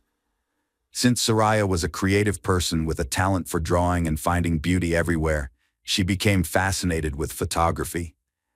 She joined a renowned New York photography community to develop her skills, and it soon became apparent that she had a real gift. Her ability to select the perfect angles and craft harmonious compositions produced stunning, beautiful shots. Even professionals praised her work for its creativity and vision. On the advice of her colleagues, Soraya created a social media page in early 2012, where she began posting her work. It didn't take long for her to gain a massive following, with thousands of users subscribing to her profile and enthusiastically commenting on each piece. In just a few months, she became a star, and her subscriber count continued to grow exponentially. The sudden fame left her feeling dizzy. Soraya felt a strong desire to achieve more and improve her skills, so she proposed organizing a group photo tour to search for unique and breathtaking locations around the world. Soraya Sierra began by taking short trips within her native country, where she developed a specialty in capturing architectural ensembles and historical monuments through her lens. Her photographs garnered great success, which fueled her desire to explore further. She set her sights on Istanbul, one of the world's most ancient and beautiful cities, intent on photographing its iconic landmarks and historical sites. Although her parents were hesitant about her traveling abroad for the first time, Soraya was resolute. They were concerned about her venturing out alone, away from home for an extended period. To alleviate their worries, Soraya agreed to be accompanied by her close friend, Magdalena. However, what her family didn't know was that they were going through a tumultuous time, and Soraya's relationship with her husband was on the brink of collapse. It's possible that her desire to embark on a photography tour on the other side of the world was, in part, a coping mechanism. She yearned to escape her situation, gain a fresh perspective, and reflect on her family's troubles from a distance. After feeling confined for too long, Soraya felt an overwhelming need to break free and do something that nourished her soul during that difficult period. Soraya's relatives were worried that she would be traveling by herself to a foreign country on the other side of the ocean. But she calmed their fears by promising to keep in touch daily through phone calls, letters, and photos. Besides, Soraya had already lined up commercial photography projects in Germany and Austria, which were part of her meticulously planned itinerary. In fact, her whole trip was carefully timetabled, with every hour accounted for, leaving no room for spontaneity or changes. On January 7, 2013, Soraya boarded a flight from New York to Istanbul with limited cash, a smartphone, a tablet, and a DSLR camera with professional lenses. After arriving, she called her family to let them know she had landed safely and was heading to check into a budget hotel she had booked in advance, located in a remote and apparently unsafe area. It later emerged that Soraya was not alone in Istanbul. She was accompanied by a young man named Tylan, whom she had met on social networks in mid-2012. Tylan was the one who had persuaded her to fly to Turkey for several months. During this time, they had been in close contact and had developed a strong bond.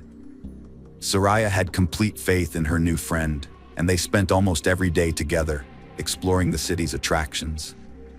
As a native of Istanbul, Tylan was intimately familiar with the city and organized exciting trips to the most interesting and sometimes unusual places. After Turkey, Soraya traveled to Europe for commercial photo shoots, staying with longtime subscribers to save on hotels. In Vienna, she met a young man who shared her passion for photography and hosted her for 2 days. The trip went as planned, with Soraya visiting each destination and meeting everyone on her schedule. On January 21, 2013, Soraya finished her photo tour and called her parents and husband to let them know her flight details for New York. As she had never spent so much time away from home before, everyone was relieved her trip was ending. However, before departing, Soraya decided to take a final stroll around the city to capture some last-minute photos for her account. When Soraya's father arrived at the airport to pick her up, she was nowhere to be found among the passengers. Her phone was also unreachable, and all attempts to contact her failed. Concerned, her father approached the airline representatives, who informed him that no passenger by her name was on the flight. Soraya's husband, Stephen, immediately contacted her Istanbul hotel, where he was told that her belongings remained in the room and she hadn't checked out, despite being due to do so the previous day. She was also absent from the hotel for the second day. This news sparked panic among the family, who were left wondering where Soraya was and what to do next. Stephen decided to investigate his wife's accounts, and what he found shocked him: a suspicious correspondence with a man named Tylen. Despite his reservations, Stephen opted to reach out to Tylen directly to get to the bottom of things. Tylen claimed to have seen the missing woman just a day before she was supposed to depart, and surprisingly, she hadn't even bothered to call him beforehand, despite her earlier promise. Soraya's family promptly notified the American embassy in Turkey about the incident, and a large-scale search operation was launched the following day. A special unit was formed to handle the operation. Soraya's husband and parents flew to Istanbul soon after, deciding to personally oversee the search efforts, given the short time that had passed since her disappearance and the high likelihood of finding her alive. The police investigation began by looking into Soraya's social circle and speaking with people who had seen her shortly before she vanished. The hotel staff where she stayed, including her friend Tylen, were questioned. The hotel manager reported that he last saw Soraya the night before she disappeared, when she left with a small bag and a camera. She was supposed to check out later, but never returned to the hotel. The next morning, the hotel received a call from her worried husband, who informed them that Soraya's belongings and documents were still at the hotel. The receptionist also described the clothes Soraya was wearing on the day she went missing. Taran introduced himself as Tyran, but his true identity was later revealed. He declined to explain the alias, and it was discovered he'd been in close contact with Soraya for months, even inviting her to Istanbul. Despite this, Taran denied a romantic relationship, claiming they were just friends. The investigation retraced Soraya's steps via cell phone data and CCTV footage. She took the subway to Sultanahmet, visited the promontory, and then went to Eminönü Market, getting lost in the crowd. She reappeared on the subway, heading to Hagia Sophia, but soon vanished again, sparking concern. The search team decided to investigate the Hagia Sophia ruins, hoping to find someone who had seen a lone woman with a camera. After several hours of searching, they finally found a body, but it wasn't the outcome they had hoped for. Near the ancient Constantinople walls, they discovered the lifeless body of a young woman, covered with an old, dirty blanket that had hidden it from view. The investigators suspected that Soraya had been brought to this location, wrapped in that blanket. Forensic experts estimated that the body had been there for 10 to 12 days before its discovery. The lower part of the body was found unclothed, suggesting an act of violence, which was later confirmed by the experts. The autopsy revealed that Soraya had died from a severe blow to the head with a heavy, blunt object. Additionally, her body showed multiple bruises and 2 broken ribs. Pathologists also found skin particles and blood under Soraya's fingernails, indicating that she had fought back and scratched her attacker. The crime scene was both strange and absurd because, despite the thief stealing the victim's bag, smartphone, and camera, they left her gold earrings, wedding ring, and expensive watch, which immediately drew attention. The only lead from the area's camera footage was a young woman resembling Soraya filming something on her phone, followed by a man who either hit or pushed her, and then both disappeared from view. The attacker's identity remained unknown. Media leaks spark scandal concerns. Investigators stay mum as bodies found, adding to mystery. Questions emerge. Why did the young married woman travel solo to Istanbul? How did she fund it? Initially, suspects included a lover and another acquaintance, but both deny involvement. Later, It emerged that the Viennese man who had given Soraya shelter had a criminal past, sparking speculation that he might have exploited the American as a drug mule. However, a thorough investigation disproved this theory. There were also whispers that Soraya could have been secretly working for US intelligence, gathering intel in other countries, but this possibility was deemed unlikely. With a warrant in hand, police searched Talsali's home, collecting a DNA sample that matched the skin particles and seminal fluid found on the victim's body, confirming his guilt. Furthermore, the victim's phone was last active in the same neighborhood where Talsali lived. When the authorities discovered that the criminal had escaped to Syria, they lost all hope of capturing him. However, they received an unexpected surprise when Talsali was arrested while attempting to illegally cross the border back into Turkey. After joining the Syrian rebels and acquiring weapons, he was injured in the conflict and decided it would be safer to return home. In the end, he was caught trying to bring his weapon back with him, which led to his initial arrest. When Talsali was questioned, he gave a disturbingly detailed account of what happened. He claimed to have been on a hiking trail along the walls of Shebeku when he saw a young woman, Soraya, taking pictures. He admired her from a distance for a few minutes, then approached her. Despite the language barrier, he tried to communicate with her using gestures, but failed to understand what she wanted. What caught his attention, however, was her brand new iPhone and expensive camera. As Soraya walked away, Talsali followed her, intent on robbing her. With night falling and no one else in sight, he saw an opportunity. When Soraya turned around and took a picture of him, Talsali became enraged and attacked her, hitting her on the head with a boulder. The two of them rolled down the wall, causing Soraya severe injuries, including bruises and broken ribs. After rendering Soraya unconscious, Talsali committed violent and intimate acts against her. He then delivered another severe blow to her head to kill her. Talsali stole Soraya's bag, camera, and phone and left the scene. On his way, he found a discarded blanket and returned to cover Soraya's body with it. By then, it was dark, and the chances of running into someone at the wall were minimal. Once he returned, he dragged the body to the side, positioning it so it wouldn't be visible from the nearby hiking path. He then covered it with a blanket and left the scene. During the search for the American woman, the perpetrator surprisingly revisited the crime scene to ensure she was dead and that her body remained where he had left it. When Talsali found out through the news that his victim's body had been discovered, he realized the police would soon be on his tail. So he decided to flee the country, borrowing money from his sister, who had always felt sorry for him. Incidentally, he was unable to benefit from the stolen goods, as the camera was damaged during the fall, and the smartphone was locked with a password he couldn't crack. As a result, he discarded the stolen items, including the signal, when he went on the run. The defendant showed no remorse, and DNA evidence placed him at the crime scene. Skin under the victim's nails, seminal fluid on her body.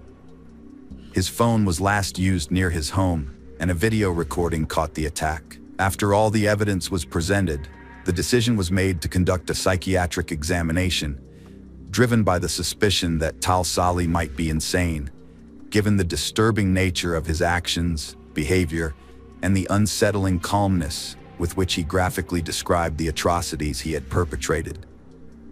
Nevertheless, the experts ultimately concluded that he was of sound mind and fully cognizant of his actions when he attacked his victim in the summer of 2014. Judge Ely delivered the final verdict, finding Talsali guilty on all counts and sentencing him to life imprisonment.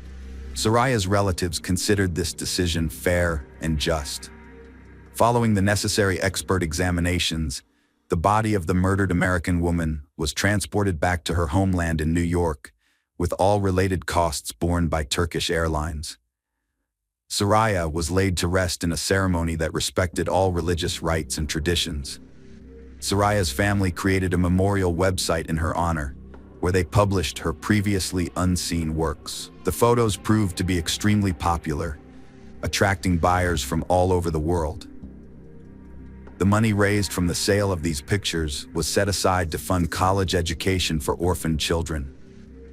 Stephen, Soraya's husband, categorically denied that his family life was in crisis, which could have led Soraya to take that fateful trip.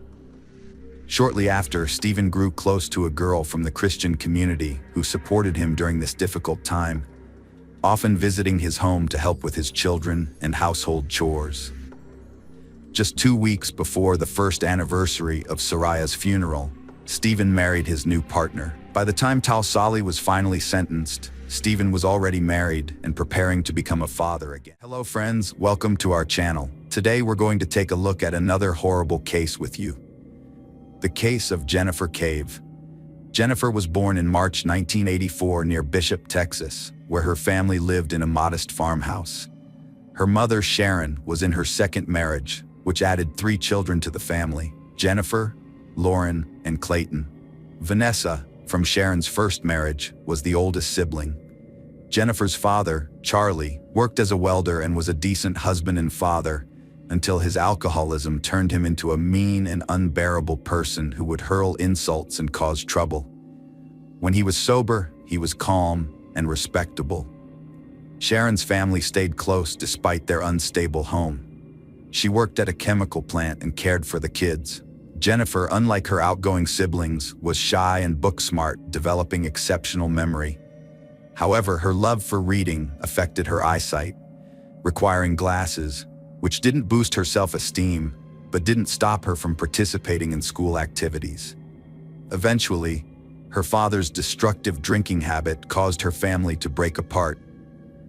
After the separation, Jennifer and her brother Clayton chose to stay with their father, Charlie. They showed him great compassion and tried to support him in overcoming his addiction, hoping to prevent his downfall. Jennifer was so desperate to help her father quit drinking that she ignored his lack of determination to fight his habit. 4 years after her parents' divorce, in 1999, Sharon met Jim Sedgwick, a new partner. As Jennifer entered her teenage years, she underwent a transformation. She got rid of her braces and contact lenses and replaced her glasses, which brought out her natural beauty. However, her personality began to change along with her physical appearance. She started socializing with kids from troubled families, but thanks to her high intelligence, she managed to graduate at the top of her class. Jennifer majored in finance at Texas State University, but soon became disillusioned, withdrawing after 1 semester. She then attended community college, worked part-time, and dated Mark from a respectable family. However, she began frequenting parties, drinking heavily, and using marijuana, possibly influenced by her father's substance abuse. On one fateful night, Jennifer Cave's life took a tragic turn when she met Colton Panic. A gunshot wound to her right arm ultimately led to her demise. The bullet pierced her arm and chest, striking her heart, causing rapid blood loss from a vital artery. Further examination revealed multiple stab wounds across her body, with the most severe injuries on her chest and neck. The attacker inflicted a total of 18 stab wounds after she had died. In an attempt to conceal the body, the perpetrator decapitated Jennifer and shot her through the throat into her head. They then tried to dismember her by severing her upper limbs and placed them in prepared bags and trash bags. The torso was left in the bathtub, covered with a saw. However, something disrupted the initial plan, forcing the perpetrator to change their actions. Upon discovering Jennifer's body, the police arrived but lacked a warrant to search Colton Patak's apartment. Initially, they could only observe the scene and secure the area. After obtaining the necessary warrant, a thorough search of the apartment was conducted.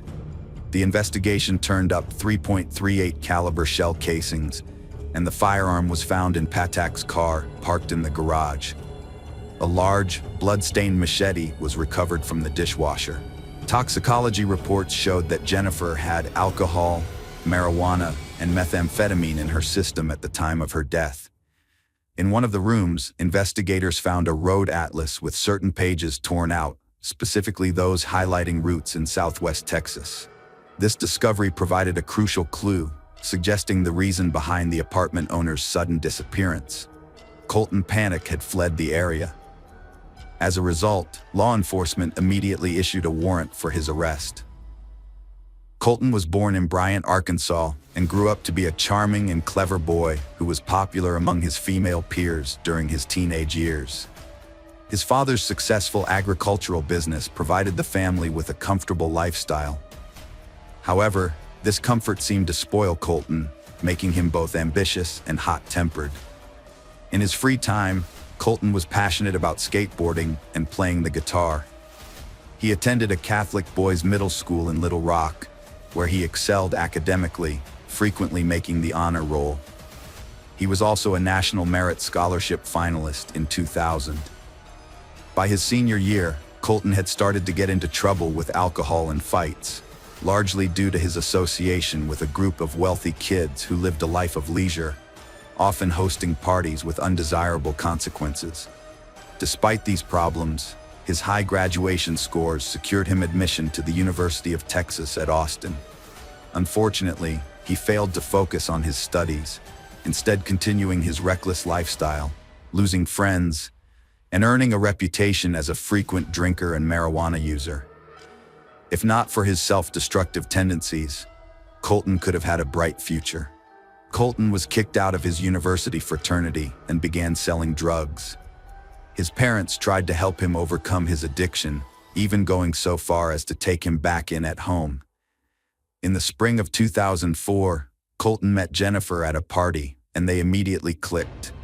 Despite her tendency to idealize people, Jennifer decided to take a chance on Colton rather than walk away from the potentially dangerous relationship. Over time, their friendship blossomed into romance. As their relationship grew, Jennifer started using illegal drugs with Colton.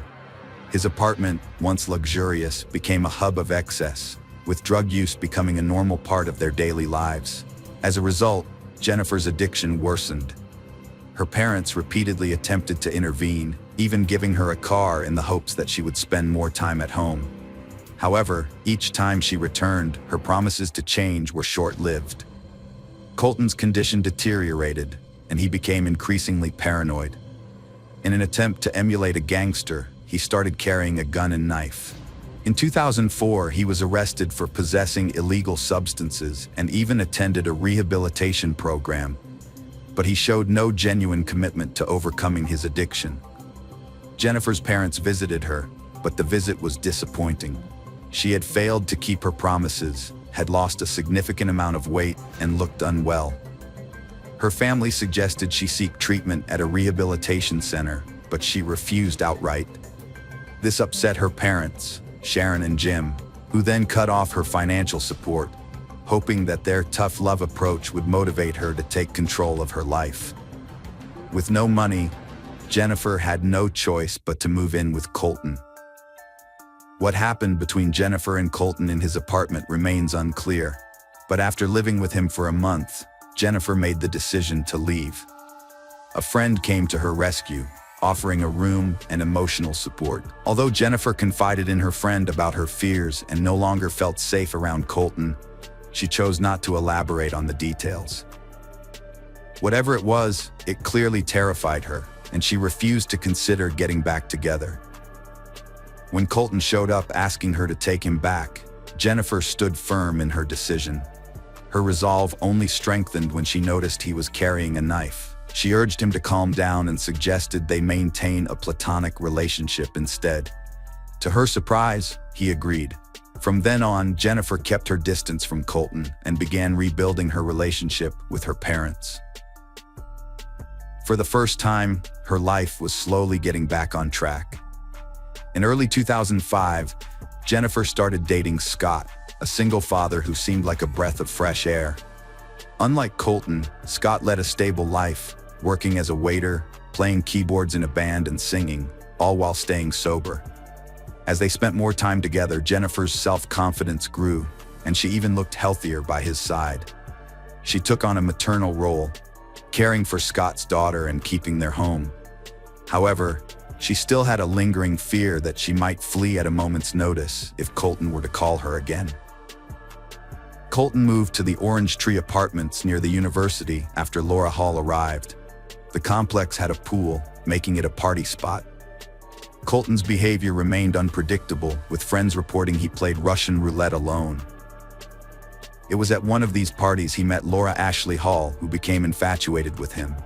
She showed jealousy towards other women, especially Jennifer, and came across as arrogant to their peers. Colton and Laura started dating soon after. Like Jennifer, Laura was deeply drawn to Colton. When he was sentenced to 60 days in jail in June 2005, Laura sent him all her earnings, even going into debt. Friends noticed that she changed for the worse, becoming bolder, neglecting her job and personal care. Many believed she had also started using banned drugs. Unlike his behavior with Jennifer, Colton disregarded Laura's feelings, even going so far as to extinguish cigarettes on her. During this period, Jennifer broke up with Scott because she felt unworthy of his family and didn't want to cause them any problems. Although she occasionally talked to Colton, who still had feelings for her, she kept their conversations friendly and didn't rekindle their romance. Jennifer's main focus was on finding a job and going back to college. In August, things started looking up for her. She began dating Michael Rodriguez, and after completing a few days of training, landed a great job at a law firm. Jennifer felt proud of herself and was genuinely happy. On August 16th, she decided to celebrate her new life with friends. They went to a bar and then a club that evening. According to a friend, the bouncer refused to let Colton in because of his appearance, which might have led him to look for drugs. The investigation is ongoing to uncover what happened that fateful night. Investigators interviewed Colton's neighbors and discovered some interesting information. At around 3 a.m. on August 17th, Nora Sullivan heard a knock on her door and found Colton standing there, looking suspicious with blood on him and a visible gun at his waist. Startled, she asked him what had happened, and Colton claimed he had been in a shootout with some people. However, Nora didn't hear any gunshots and thought he was lying, as he often did. She closed the door and peeked through the peephole to see him eventually walk away. When questioned, none of the neighbors reported hearing any gunshots that night either. Detectives discovered that Colton had been in contact with Laura twice on the night of the murder. The next morning, August 17th, he visited a hardware store where he bought a saw, masks, gloves, and a large quantity of cleaning supplies. He used these items to dismember Jennifer's body and planned to clean the apartment to destroy any evidence of the crime. The unexpected arrival of Sharon and Jim may have startled him, causing him to flee. A crucial discovery in Colton's apartment led investigators straight to him. Colton, accompanied by Laura Hall, was tracked down in Mexico, where they had crossed the border in Laura's car. During this time, local authorities distributed Colton's photo nationwide. The couple enjoyed themselves in Mexico, visiting cinemas and restaurants, and stayed in a hotel in the border town of Pedas Negras. An employee at the hotel recognized Colton from the distributed photo and took his picture, sending it to the police. Mexican law enforcement arrested the pair and handed them over to U.S. officials at the border. Before being released, Laura Hall caused a scene with the Border Patrol, loudly proclaiming Colton's innocence and hindering the arrest process. However, she later admitted that their trip to Mexico was the best experience of her life. In total, they spent around 5 days abroad. On August 23, 2005, Colton Poniak was arrested and charged with a crime related to Jennifer Cave's death. A month later, Laura Hall was arrested and charged with tampering with evidence and obstructing justice. During the trial, prosecutors presented key evidence found in the apartment, including a store videotape and a receipt for items purchased. Colton claimed he had no memory of the night of August 16th-17th, blaming his amnesia on heavy drinking and illegal drug use. Initially, he didn't deny involvement in Jennifer's death, but insisted he had no recollection of the events. He claimed to have woken up to find his ex-girlfriend's body in the bathroom, and then contacted Laura, who allegedly advised him to buy a saw and cleaning supplies. Together, they allegedly dismembered the victim and hid the body parts in bags. Prosecutors argued that Laura was responsible for Jennifer's injuries after her death. Colton later implied that Laura might have been motivated by jealousy, suggesting she sought revenge against a romantic rival. Despite these allegations, both Colton and Laura pleaded not guilty. The evidence of Colton's involvement in the crime was overwhelming. His fingerprints and DNA were found on the machete, saw, and firearm at the crime scene, and the weapon in his car was identified as the one used in the crime. Additionally, Jennifer's body was found in his apartment, and he was the one who purchased the cleaning supplies from the store. The jury had no doubt of his guilt. On January 29, 2007, Colton Pontiac was sentenced to 55 years in prison with parole eligibility after serving at least half of his sentence, with his earliest release date set for 2060. The case against Laura Hall was more complex. The prosecution argued that she might have acted out of blind affection for Colton. While Laura's DNA was found on one of the victim's shoes, a store towel, and the firearm, the defense contended that this only indicated her involvement in disposing of the body, not in the initial act. They couldn't prove she was the one who fired the first shot that hit Jennifer in the head. Moreover, there was no evidence that placed her at the scene at the time of the crime. Laura maintained that she only learned of the crime when Colton told her, and claimed he forced her to flee to Mexico with him. However, witnesses from their time in Mexico reported that they seemed to enjoy their trip in 2007, which cast doubt on Laura's story. Laura Hall was convicted of obstructing justice and tampering with evidence and received a 6-year prison sentence. In a subsequent trial in 2010, she was given the maximum sentence of 11 years and a $144,000 fine. She was paroled on March 15, 2018, with GPS monitoring, and completed her sentence in August of the same year. However, her current whereabouts are unknown. Colton Pontiac is still in prison, where he has filed multiple appeals, all of which have been unsuccessful. Throughout these appeals, he has consistently claimed to have no memory of the tragic events of that night. However, he has revealed that there are witnesses who claim Laura confessed to Jennifer's death. Pontiac alleges that during the trial, the prosecutors were aware of this information, but failed to disclose it to his defense team, suggesting that he may have been set up. Although Pontiac's legal motions were denied, this revelation has raised questions among the public. Moreover, Jennifer's parents believe that Laura's punishment was too lenient. They are convinced that she played a more significant role in Jennifer's death than she admits. Unlike Colton, Laura has never expressed remorse or regret for Jennifer's death, often referring to her as that girl or the dead girl, and sometimes using derogatory terms. To this day, the specifics of that fateful night remain a mystery.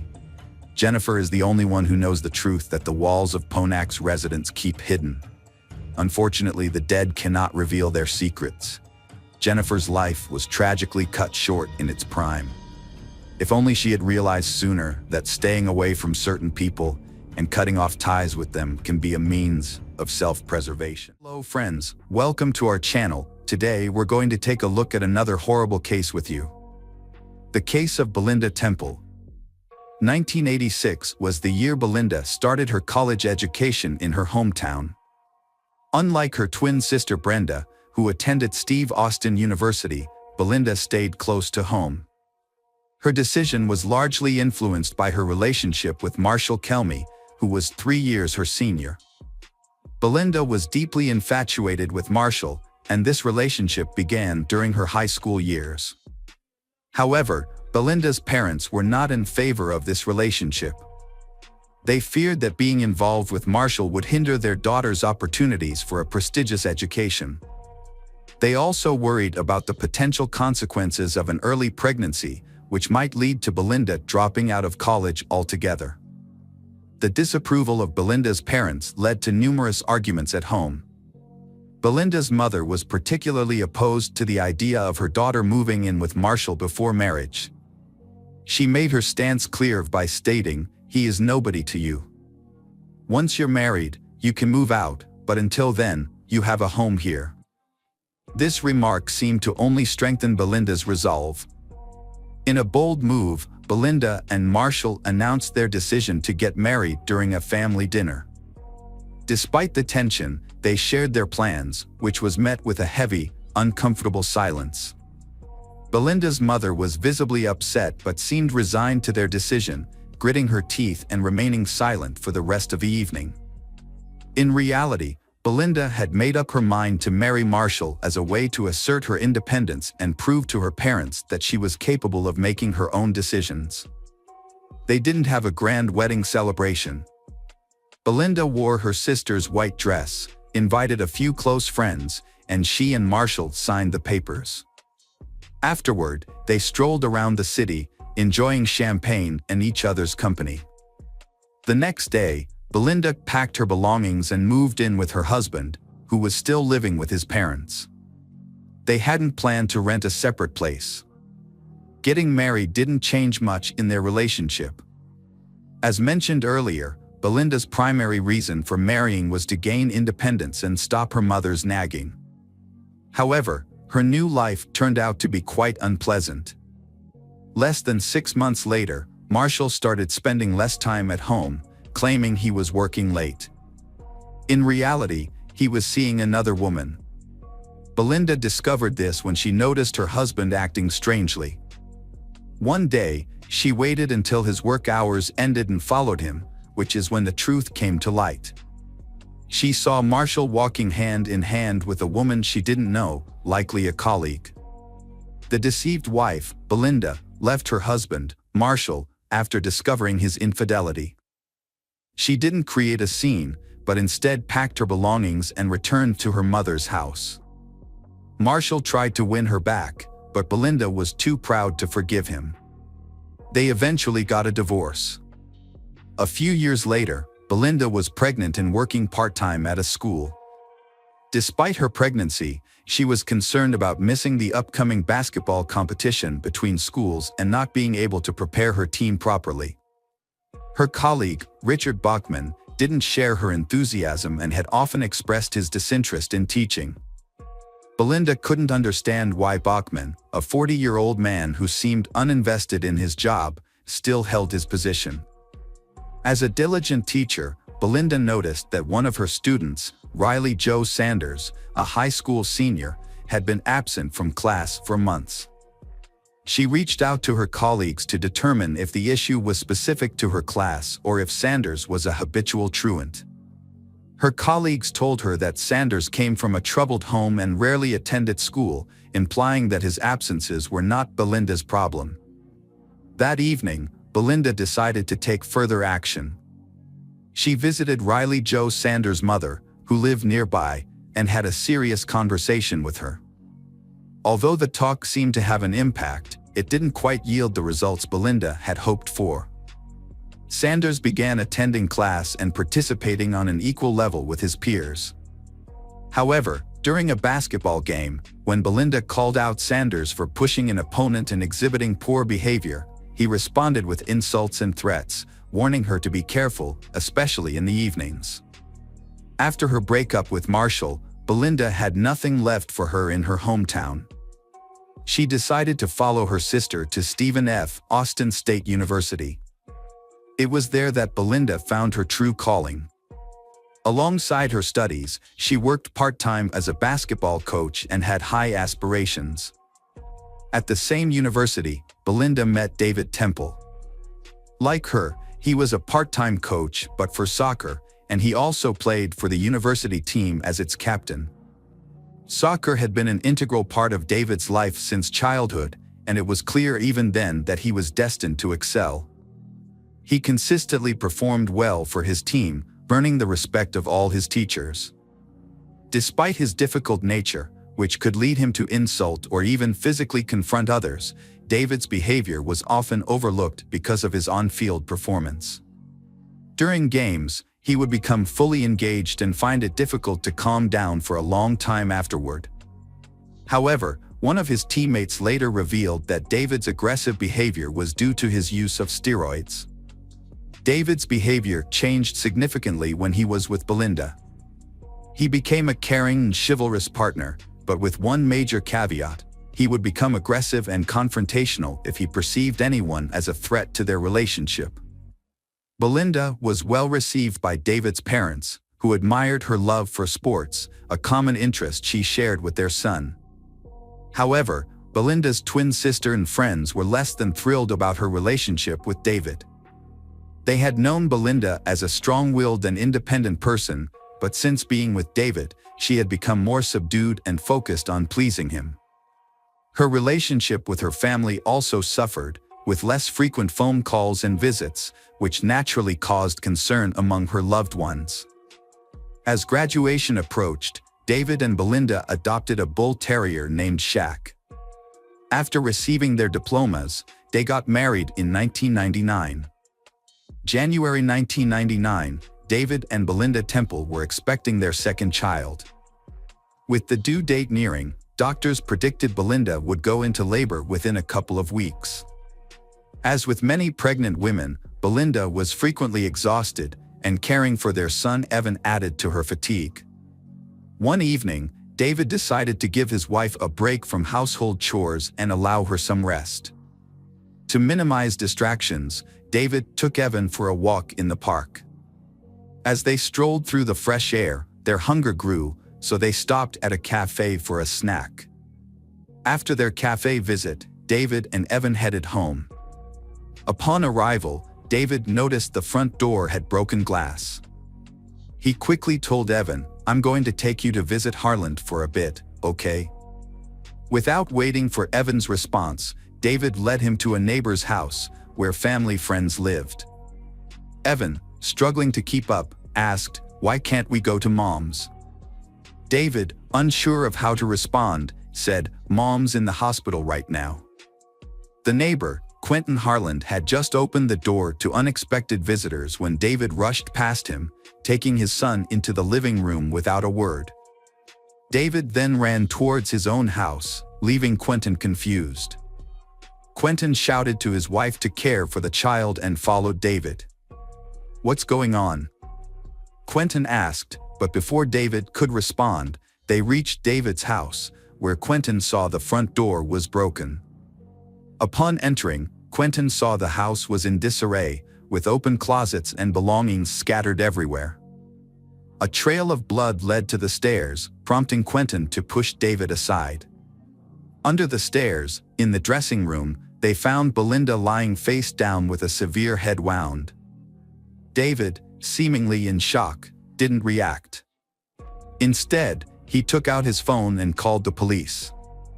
Police officers quickly arrived at the scene, but they were initially unable to enter the house due to the Temple family's aggressive bull terrier, Shaq, who growled and barked at the unfamiliar men in uniform. One officer drew his gun in response, but David intervened, shouting at them to put their guns away and rushing to restrain the dog in the garage. Upon entering the house, the police assessed the scene and concluded that the perpetrators were likely burglars who had not expected Belinda to be home.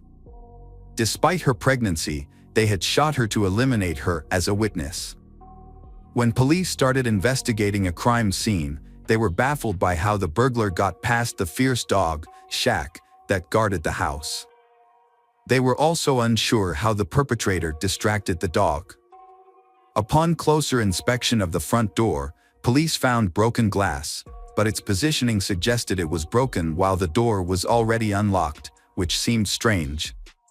Inside the living room, a box on the nightstand caught their eye, containing jewelry such as earrings, rings, and a gold chain.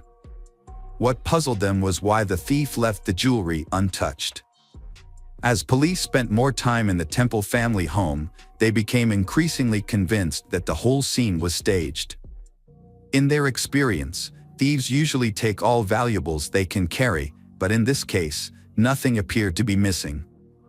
The presence of the dog continued to raise suspicions, leaving them feeling that something was off. Regarding the murder, Belinda was shot in the back of the head with what was likely a 12-gauge shotgun while kneeling with their back to the killer. However, shotguns are an unusual choice for robbers due to their bulk and difficulty in concealing and transporting.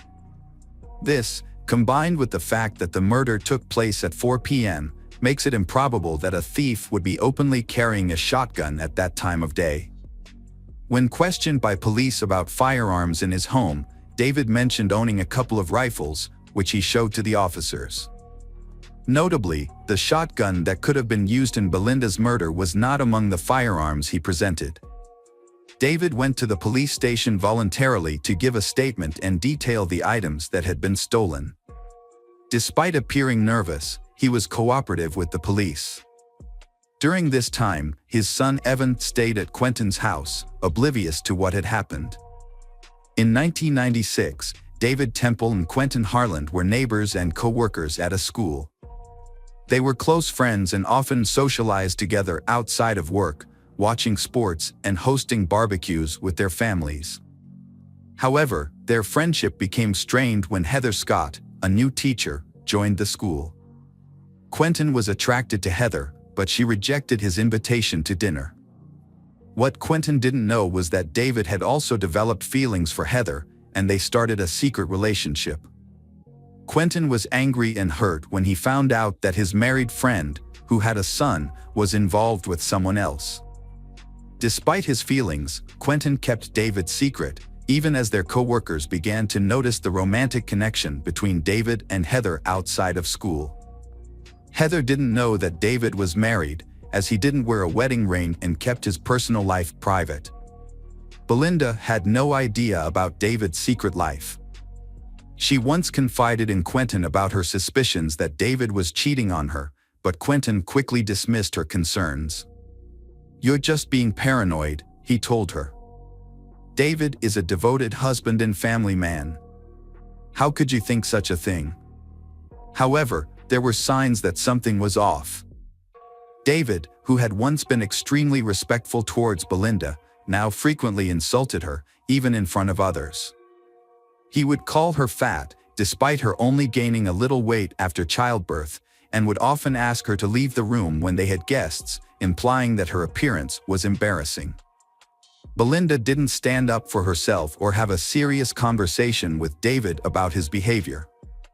Instead, she cried at night and felt deeply unhappy as a woman. Meanwhile, David was enjoying his new relationship with Heather. David became increasingly estranged from his family due to a new relationship with a coworker. He put more psychological pressure on his wife, Belinda, and their communication consisted only of insults. Although he never physically harmed her, the verbal abuse continued. That year, Belinda discovered she was pregnant again. The news made her forgive David's past transgressions, and she felt ecstatic. David attempted to appear as a happy father, but it seemed insincere. Sometimes, he would not come home at night, and Belinda was afraid to ask why because she feared his angry outbursts and the potential scandal that could follow. A pregnant Belinda often asked her husband David for help in preparing for the baby's birth, such as running errands, fixing up the nursery, and installing shelves. However, David consistently ignored her requests, leaving Belinda to handle everything on her own, including shopping, painting, and assembling furniture, despite being 8 months pregnant. As Christmas approached, Belinda suggested discussing gift ideas with David, but he proposed skipping gifts that year to save money for the baby. Given the doctor's warning that Belinda might go into premature labor, this seemed like a reasonable decision. However, on Christmas, David didn't even get Belinda a small gift. Instead, he announced that he was leaving to spend the New Year's holidays with friends on a hunting trip. Belinda confided in her sister, who immediately changed her plans to be with Belinda, ensuring she wouldn't feel abandoned, especially since labor could start at any moment. David, during the holidays, spent the time with Heather, who wore a gold necklace given to her by David as a Christmas gift.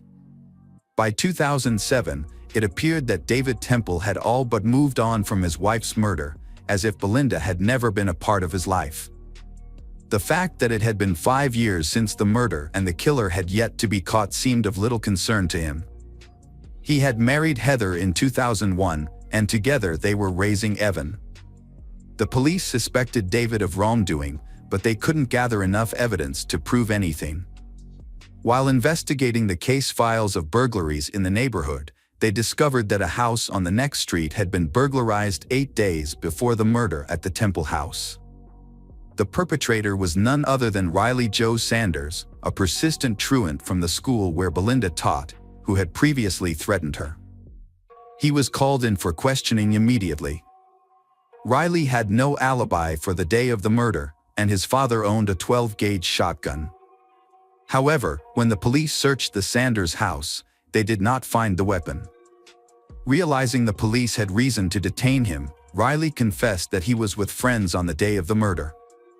He had hidden this information because they were smoking pot in a large group, and he did not want to implicate his friends.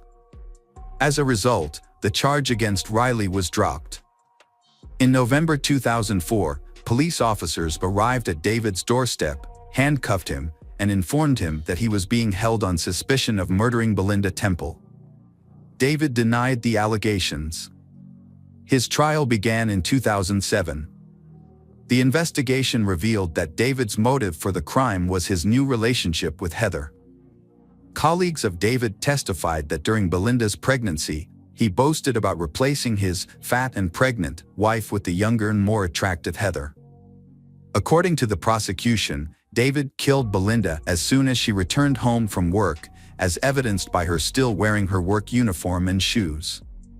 They alleged that he then staged a robbery, scattering belongings around the house, before quickly driving to the park with his son to create an alibi.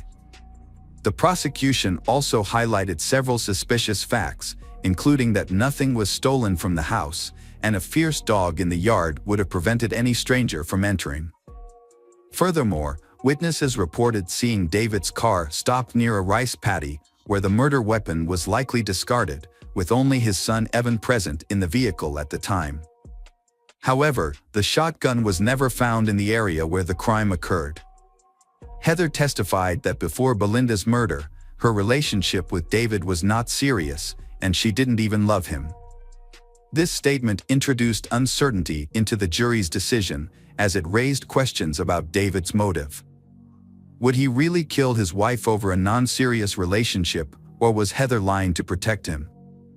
In November 2007, David was sentenced to life in prison. 2 years later, a friend of Riley Sanders came forward to the police to clear David's conscience.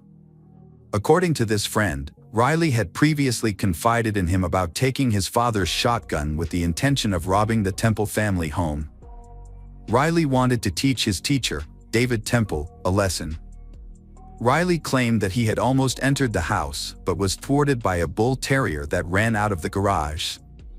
He shot at the dog but missed, and fearing the noise would attract neighbors, he quickly ran away. This new testimony was submitted to the court, prompting a review of the case. David was released from prison on bail while the review was underway. Meanwhile, Heather decided she no longer wanted to be married to someone who had spent so much time in jail and whose future was uncertain. She filed for divorce. The jury took a long time to deliberate on David's sentence. The case wasn't revisited until 2023, when David was still awaiting a final decision on his sentence. David was ultimately convicted and received a life sentence with the possibility of parole after 17 years. Throughout the trial, his son Evan struggled to accept that his father was capable of committing such a heinous crime. Evan continued to support his father until the very end. Hello friends, welcome to our channel. Today we're going to take a look at another horrible case with you. The case of Samadi Fonseca Fernandez. Samadi was born in Costa Rica in February 1975. Her family and early life are not well documented. She spent her childhood in an area called Cuba, where she lived with her mother, Sonia Fonseca. Samadi attended a local school, where she demonstrated a challenging and conflicted personality from an early age. She had difficulty accepting rejection and often used force or deception to get what she wanted.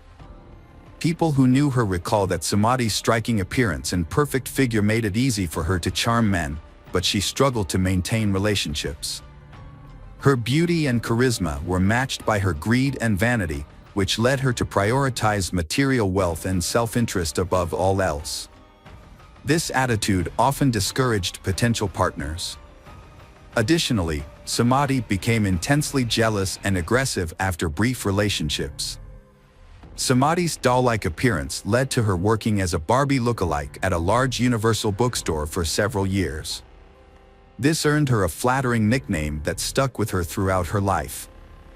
After high school, Samadhi had in love with a successful local TV journalist named Osvaldo Fernando Ballery, who was 16 years her senior. Samadhi had a long and serious relationship with Osvaldo, with whom she had 2 children, Christopher and Christina. However, due to constant scandals and jealousy, they separated in 2012. After Osvaldo's sudden death, it was discovered that he had not included Samadhi in his will. Samadhi took matters into her own hands and seized Osvaldo's house, changing the locks to prevent his relatives and heirs from entering. She also took some valuable items that belonged to Osvaldo. His family members were outraged and went to court to accuse Samadhi of theft. The police eventually forced Samadhi to leave the house, but she was not charged with a crime. Samadhi had other relationships, including one with Miguel Angel Perez, with whom she had a daughter named Maria. This relationship was reportedly official, but ended in divorce after a few years. Samadhi allegedly gave her youngest daughter her lover's surname without his knowledge or consent, contradicting claims that she was unmarried at the time.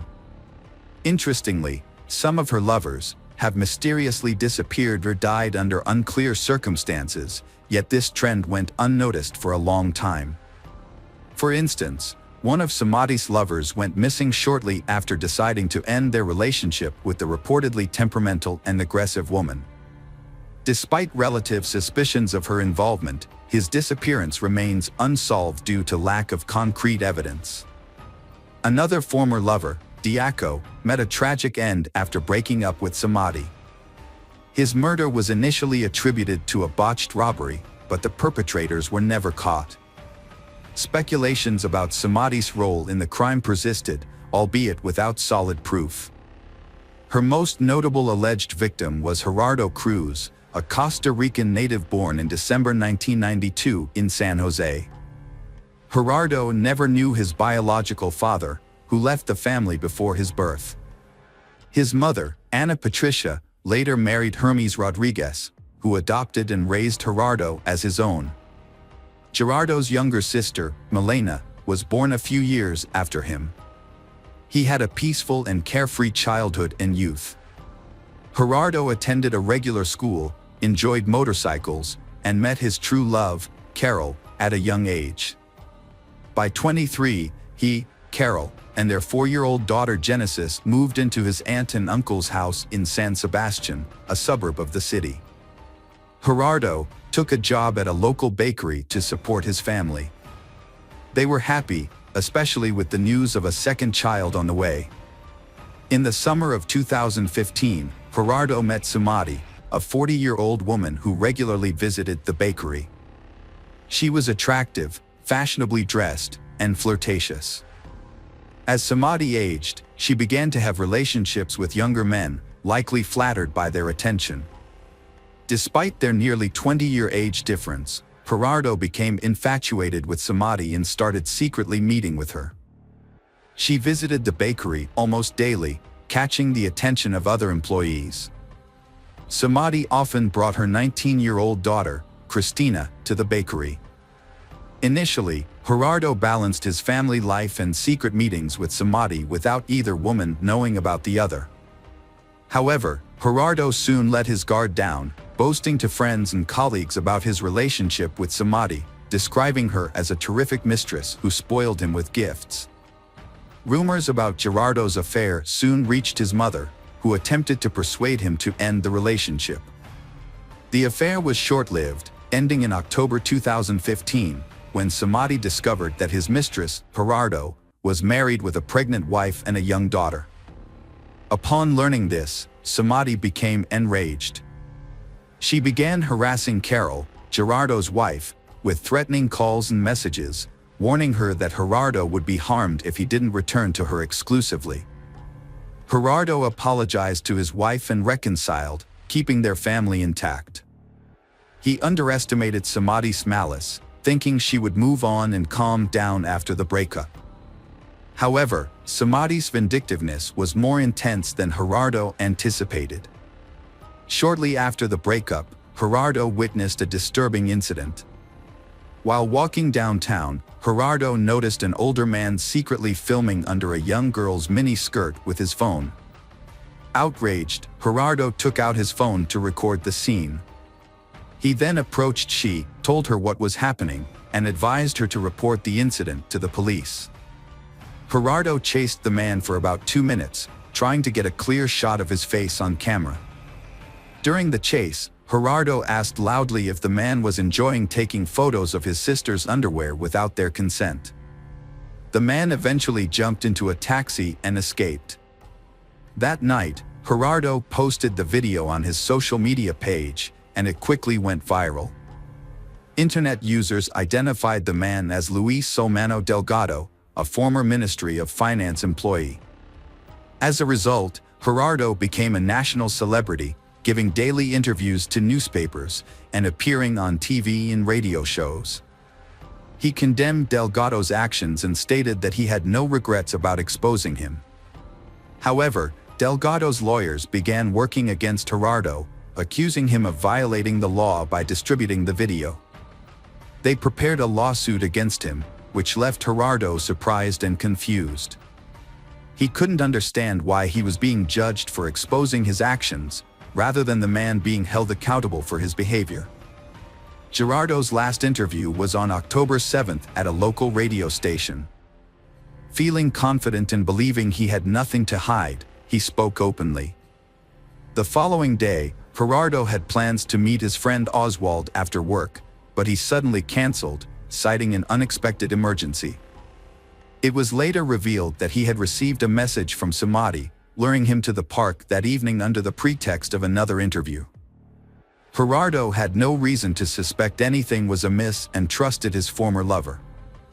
After finishing work, he went to the agreed meeting point, but instead of journalists, 2 unknown men were waiting. They took his bag, assaulted him, stabbed him multiple times in the chest and stomach, and then fled. Before losing consciousness, Gerardo managed to call a friend and report the incident. The friend immediately alerted the police and medical services. Thanks to the swift response, Gerardo was rushed to the hospital, where doctors fought to save his life for 42 days. He underwent numerous operations, but unfortunately, they were unable to save him. Gerardo passed away on November 19th in the intensive care unit. Initially, multiple theories emerged about the crime. The first theory suggested it was a robbery murder. Gerardo was indeed attacked in a park at night, his bag was stolen, and he was stabbed with a knife, which made it appear to be a typical theft. However, just a few days before, Gerardo had released a sensational video that compromised a well-known former government official, leading to a second theory, that the murder was an act of revenge. The media openly speculated that the former government official may have hired hitmen to kill the young man who had damaged his reputation. The murder sparked intense debate in the press, with protesters demanding that the perpetrators be caught and brought to justice. The police explored various theories, searching for other potential enemies of Gerardo. For months, the investigation stalled. However, in May 2016, a breakthrough came when footage from a street surveillance camera was discovered. The video showed 2 men fleeing the scene where Gerardo was fatally attacked. These individuals immediately became the prime suspects, and the police worked to identify and apprehend them. The footage proved to be crucial evidence, and once it was made public, the case started to move forward. It was repeatedly shown on news programs, with viewers asked to take a close look as the individuals could be dangerous. Police created rough sketches of the suspects and described their physical characteristics. One of the suspects soon came forward, hoping that cooperating with the investigation would lead to a reduced sentence. The information provided by the cooperating suspect led investigators to several accomplices and the crime's organizers, Samadi and her daughter Christina. All individuals involved in the crime were eventually taken into custody. Those arrested included Ronald Archie, a cab driver who helped locate the perpetrators, Cesar Chavez, a laborer who acted as an intermediary, and Omar Costa, a young miner who directly participated in the attack and had been tracking the victim on the day of the incident. The investigation revealed the roles and connections of all parties involved through phone records and text messages. Samadi, who had meticulously planned the crime, had enlisted the help of her daughter Christina. Together, they recruited friends Ronald and Cesar to find hitmen to kill Gerardo, staging it to look like a botched robbery in a nighttime park. They were later joined by Omar, who was responsible for ensuring the victim went to the pre-arranged location. Samadi personally chose October 7th as the date for the massacre. On that day, she was in frequent contact with all parties involved, assigning roles and verifying that everyone adhered to the plan. Gerardo was attacked, stabbed multiple times, and robbed of his bag and jacket. These stolen items were later given to the police as evidence. The primary evidence against Samadi was a series of text messages detailing the murder plan and each participant's role. Samadi was so confident she wouldn't get caught that she didn't bother deleting the incriminating messages. Her motive for the crime was jealousy. She didn't want to share her lover with his wife. If she couldn't have him, no one would. She carefully planned the crime, involving her own daughter, who assisted her throughout. Samadi and her daughter were immediately arrested, with no possibility of bail due to the risk of them fleeing the country. Their accomplices were also detained, except for Omar, the youngest participant, who was handed over to juvenile authorities. The investigation spanned a year and a half, concluding in December 2017 when the trial of all parties involved in the criminal conspiracy commenced. It was revealed that Samadi had a history of run-ins with the law, including a prior arrest for forging documents to obtain state benefits, for which she received only a fine. New information also emerged about Miguel Angel Perez, ex-husband of Samadi. It was discovered that Samadi had given their child Perez's surname without his consent. She then successfully petitioned the court to order him to pay child support, which he did for over 3 years. However, it was later uncovered that the entire process had been fraudulent. As a result, Samadi was sentenced to 3 years in prison and a substantial fine. During the trial, Gerardo's wife testified that she had been aware of his affair with Samadi. She stated that Samadi had threatened Gerardo with death, but he had not taken these threats seriously. The primary motive behind the crime, as previously stated, was Samadi's jealousy and wounded pride, stemming from her inability to accept that her younger lover had chosen to remain with his wife. Thanks to phone records, it was discovered that the mother and daughter had planned the crime together. Additionally, after the release of the CCTV footage showing the killers, Christine had a nervous breakdown. She called her mother, sobbing, and was close to going to the police to confess. However, her mother calmed her down, assuring her that the investigation would not lead to them. The verdict was announced on January 23, 2018. According to the court's decision, Samadi was sentenced to 30 years in prison, while Christina, Ronald, and Cesar each received 25-year prison sentences. One of the killers was sent to a juvenile detention center, and the other had not been found at the time. Omar, who had been stalking the victim, was acquitted. The victim's family was awarded $140,000 in compensation for their loss. After the verdict, the family expressed gratitude to the court for the fair punishment of Gerardo's killers. However, it soon became known that Samadi and Christina's lawyers had filed an appeal to reduce their sentences. As a result, each participant's sentence was reduced by 5 years. Samadi is currently serving her 25-year sentence in a Costa Rican women's prison. Hello friends, welcome to our channel. Today we're going to take a look at another horrible case with you. The case of Sarah Stern. Sarah Elizabeth Sarah was born on March 24, 1997, in Neptune City, New Jersey, to Michael and Susan Sarah. As their only child, Sarah received all the love and attention from her parents, who had been unable to have more children due to health issues. Sarah grew up to be a lively, cheerful, and outgoing child. She was involved in various activities, including school theater, photography, drawing, swimming, and softball. Her passion was art, and she aspired to become an artist or designer. After graduating from high school, Sarah enrolled in a local college to pursue her dream. Tragedy struck in the autumn of 2013 when Sarah's mother, Susan, passed away after a long battle with cancer. Despite periods of remission, the disease ultimately took its toll.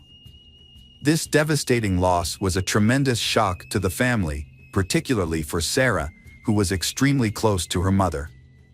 After a period of struggling with depression, Sarah began to support her ailing father and care for their beloved dog, Buddy. As time passed, her life started to improve, and she set goals for the future.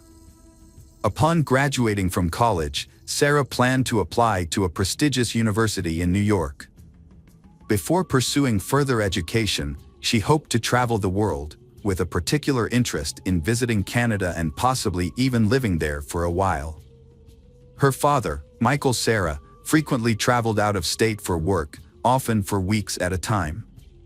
However, he never worried about leaving Sarah alone, as she was a grown and independent young woman, and their town was considered safe. But on the night of December 3, 2016, around 2:30 a.m., an unsettling incident occurred. A concerned citizen reported an abandoned vehicle on the Belmar Bridge along Highway 35, prompting the police to become involved. The area was usually deserted at night, which made the lone, empty vehicle stand out. A taxi driver, who was taking a shortcut home across the old bridge on the outskirts, noticed the car parked on the side of the road. He stopped to see if anyone needed assistance, but found the vehicle empty with no one around. Concerned that the driver might have jumped into the water below, a tragic occurrence that had happened before in this spot, the taxi driver called the police. Police officers responding to the scene found the car's keys in the ignition and no signs of blood or struggle, leading them to initially believe that the owner may have intentionally left the car on the bridge to jump into the river. To investigate further, they checked the car's ownership and discovered it belonged to 85-year-old Lily Sarah, who lived in a nearby town. When officers visited Lily's home, they found her alive and well. She explained that she hadn't driven the car in years due to poor eyesight, and her 19-year-old granddaughter, Sarah, was the frequent driver. Lily tried to contact Sarah but was unable to reach her because her phone was turned off. She then provided the officers with her son's address, where Sarah lived, and informed them that Sarah was likely alone, as her father was out of town for work and wouldn't return until the following week. Sarah was nowhere to be found at her home.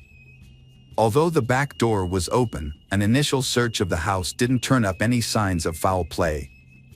However, they did find the family dog locked in one of the bedrooms, whining.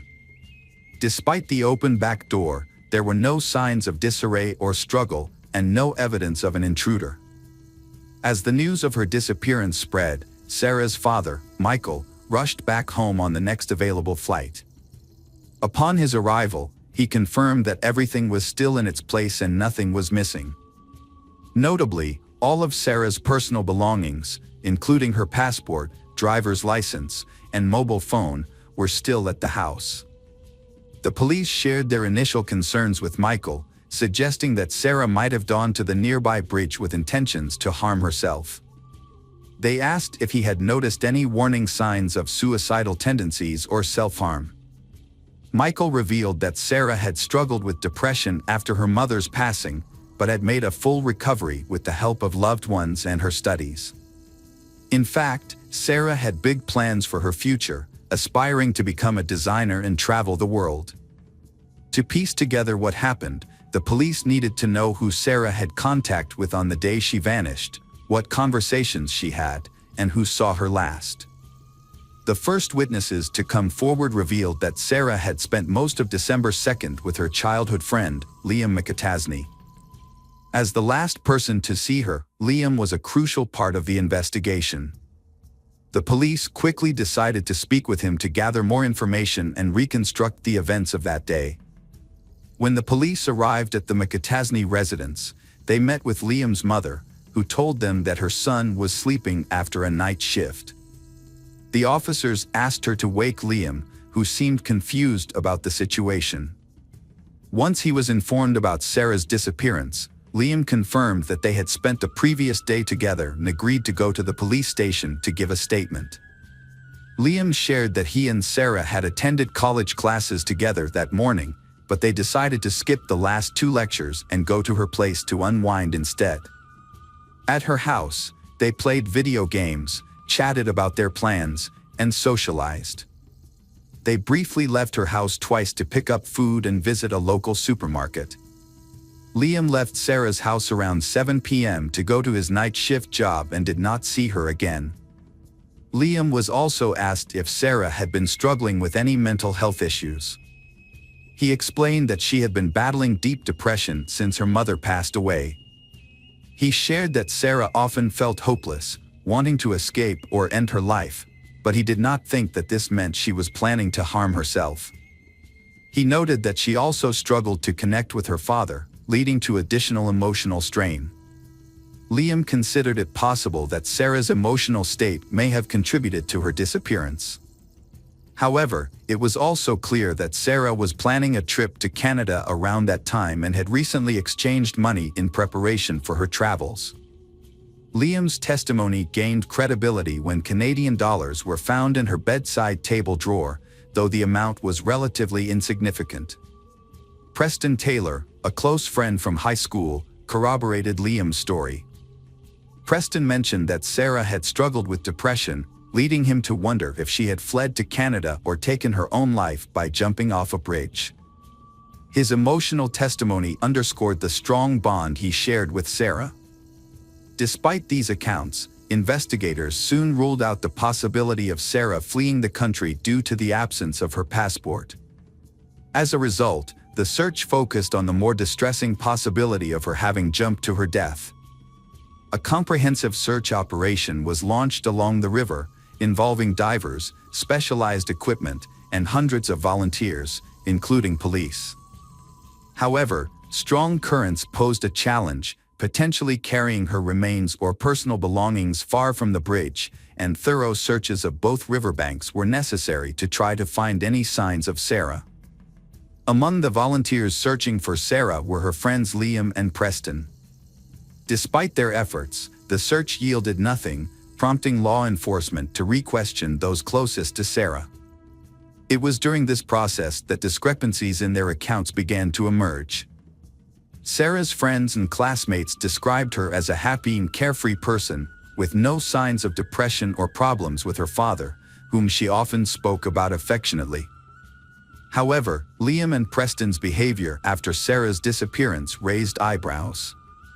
They initially acted as if they had lost a loved one, gaining sympathy from many. But over time, their behavior seemed increasingly insincere, as if they were performing for an audience. The fact that Liam and Preston had only recently become close, about a month before Sarah's disappearance, raised suspicions and led the police to re-question them. Liam was visibly shaken when he was brought in for further questioning. The investigator asked him about his relationship with Sarah and Preston, and Liam explained that the 3 of them had grown up together on the same street and attended the same school.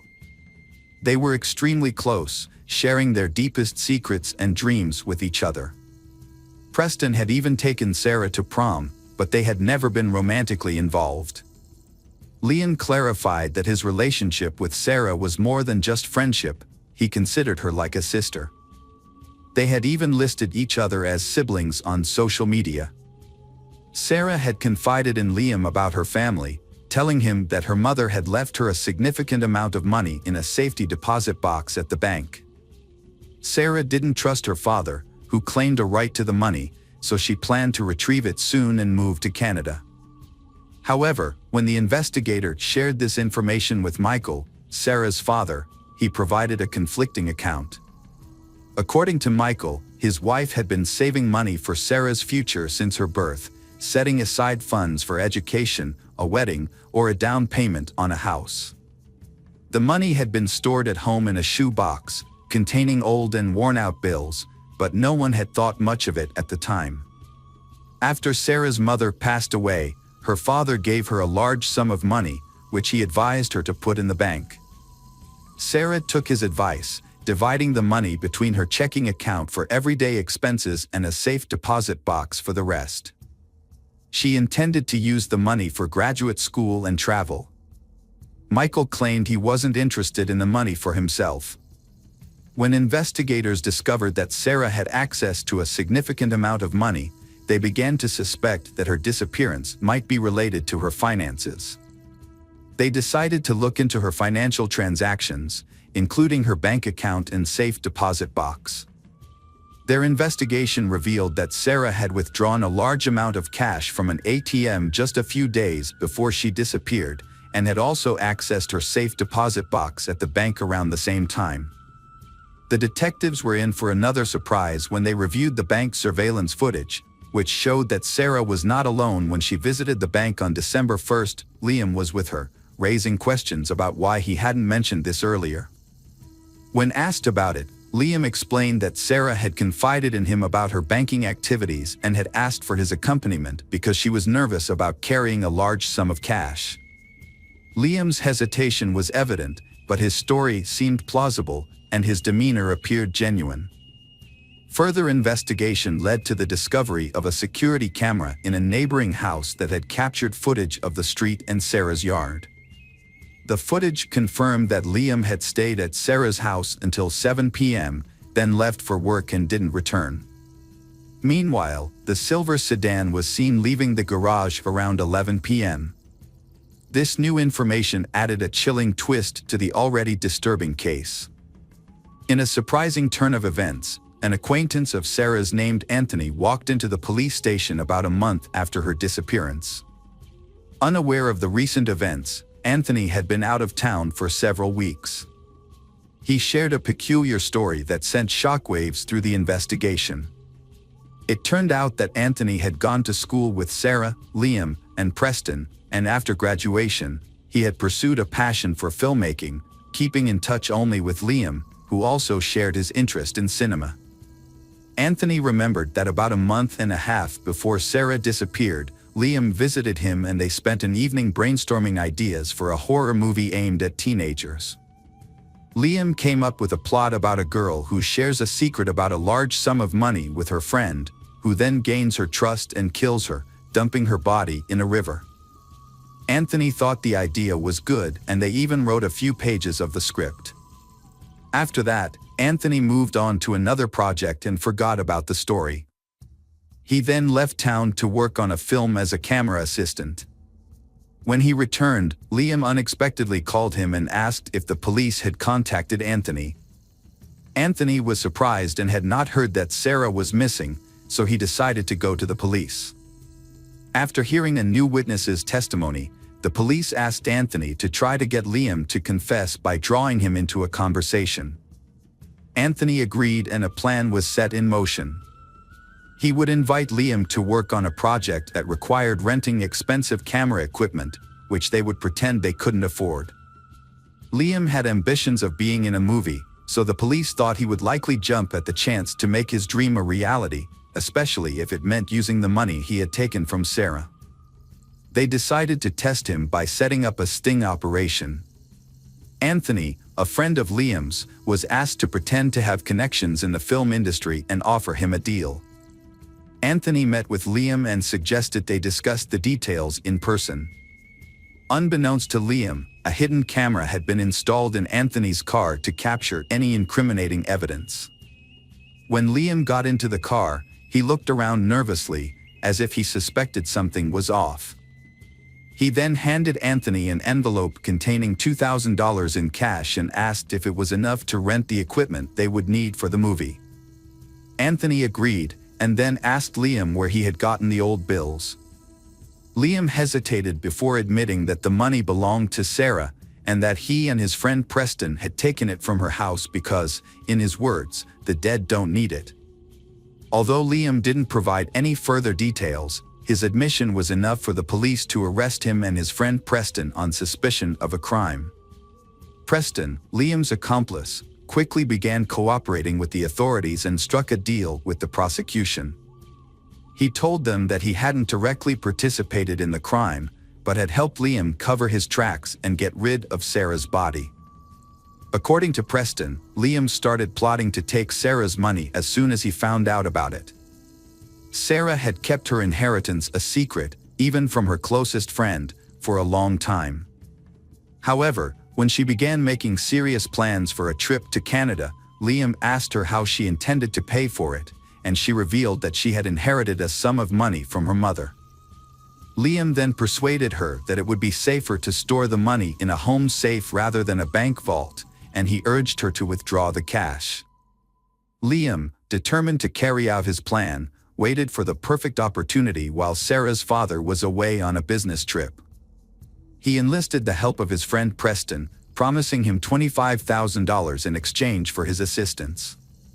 Liam had Sarah withdraw a large sum of money from the ATM, but didn't check the exact amount. They spent the next day together, waiting for the right moment to strike. When the time came, Liam separated Sarah from her dog by locking it in another room, then approached Sarah from behind and attempted to strangle her. However, the crime proved more difficult than Liam anticipated.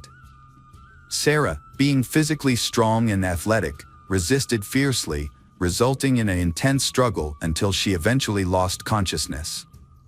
But despite his best efforts, Liam was unable to determine whether she had truly succumbed. Sarah continued to show signs of life, leaving Liam to prolong his efforts to ensure her demise. This took nearly 30 minutes. Only when Liam was certain Sarah was dead did he leave her house, going about his normal routine by heading to work. He then had Preston follow up on his original instructions, no doubt aiming to ensure their sinister act would go unnoticed. Liam McAtasney snuck into Sarah's house through the back door, avoiding the camera's view, and dragged the body to the garage. He then cleaned up the room to remove any evidence. A couple of hours later, he returned to the house, took a small safe from Sarah's room, and placed the body in the car. Liam drove away carefully to avoid being caught on the neighbor's camera. He met Preston at a bridge, where they transferred the body to Preston's car and then disposed of it in a nearby river. After disposing of the body, they cleaned the car and drove back to Liam's house to divide the stolen money. However, they were disappointed to find only $110,000 in the safe. They decided to be cautious and not spend the old bills immediately to avoid raising suspicion. Preston buried the safe in a local park, and they only spent the money Sarah had withdrawn from her account. During the trial, Preston confessed to the crime, but Liam denied any involvement and tried to shift the blame to his friend. Liam's lawyer also claimed his client was innocent, suggesting that Preston acted alone. The case was complicated by the fact that Sarah's body was never found. When police searched Liam's house, they found a small key that fit the buried safe, which was identified by Preston as evidence of Liam's guilt. The trial of Liam McAtasney lasted over 2 years. Despite the fact that Sarah Stern's body was never found, the evidence presented in court proved McAtasney's guilt. This evidence included a script he had written months before the crime, a key to a safe found in his home, incriminating statements he made in the car, and old bills he had given to someone. Furthermore, fingerprints belonging to Liam and his accomplice, Preston Taylor, were found inside the safe. A co-worker of Liam's also testified that he had been absent from work for a few hours on the night of the crime and had asked someone to cover for him. As a result of the trial, Liam was sentenced to life in prison without the possibility of parole. Preston, who had not directly participated in the crime, received an 18-year sentence for obstructing justice and hindering the investigation. Preston will be eligible for parole in 15 years. Unfortunately, Sarah Stern's body has still not been found. Hello friends, welcome to our channel. Today we're going to take a look at another horrible case with you. The case of Gabriela Alcano. Gabriela Alcano was born on May 17, 2001, in Santiago, the capital city of Chile. She was the only child of Federico Alino and Carolina Donosa Campos, and the first grandchild in a large, close-knit family. Her paternal uncle, Rodrigo, who served as her godfather, and her grandfather, Carlos, both adored her deeply, with Carlos regarding her as the central figure in his life. Gabriela grew up in a loving and supportive environment, despite her family's modest means. Her parents, though not wealthy, worked hard to provide her with a good education and upbringing. When Gabriela was 5, her parents divorced, and she lived with her mother, who dedicated herself to raising her. Her father, however, remarried and had 2 younger sons, but he continued to support Gabriela and her mother financially and remained involved in her life. Gabriela was a sweet and friendly child, who was a bit shy but made friends easily. Her gentle nature and lovely appearance earned her admiration from those around her. She excelled academically, enjoyed music, dance, and art, and her parents encouraged her talents.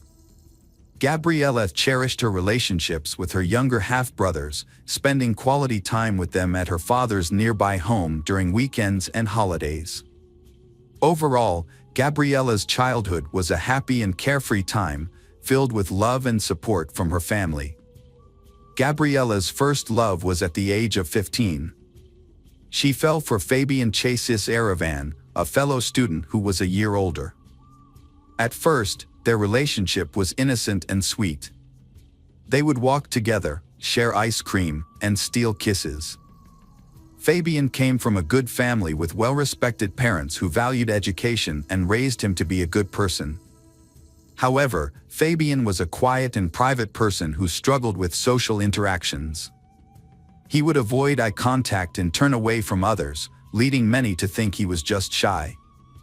Gabriela's father met Fabian and thought he was a calm, dependable, and responsible young man.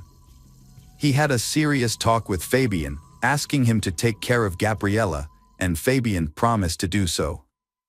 Initially, Fabian made an effort to be attentive and caring. However, as time passed, a different side of Fabian emerged. He became controlling and cruel, revealing a darker aspect of his personality. Fabian's controlling behavior dominated the relationship. He was intensely jealous and dictated who Gabriela could and couldn't interact with. He monitored her phone activity, insisting on instant responses to his calls and messages, regardless of the time. If she failed to comply, he would throw tantrums, displaying childish and abusive behavior. During the first 6 months of their relationship, Gabriela attempted to downplay Fabian's frequent outbursts of anger and jealousy, believing they would eventually subside. Blinded by her love for him, she tried to meet all his demands and held on to the hope that he would revert to the caring and gentle person she initially fell in love with. Fabian's behavior became increasingly irritable, volatile, and aggressive. He emotionally drained Gabriela, progressing from verbal abuse to physical mistreatment. He would slap her, pull her hair, or grab her hands, often leaving no visible marks. However, bruises would occasionally appear on her wrists and shoulders, evidence of Fabian's rough handling. Gabriela tried to hide her situation, but her loved ones noticed her depressed state and frequent tears. She was no longer her usual cheerful and outgoing self, instead withdrawing from friends and avoiding contact with people Fabian had forbidden her from seeing.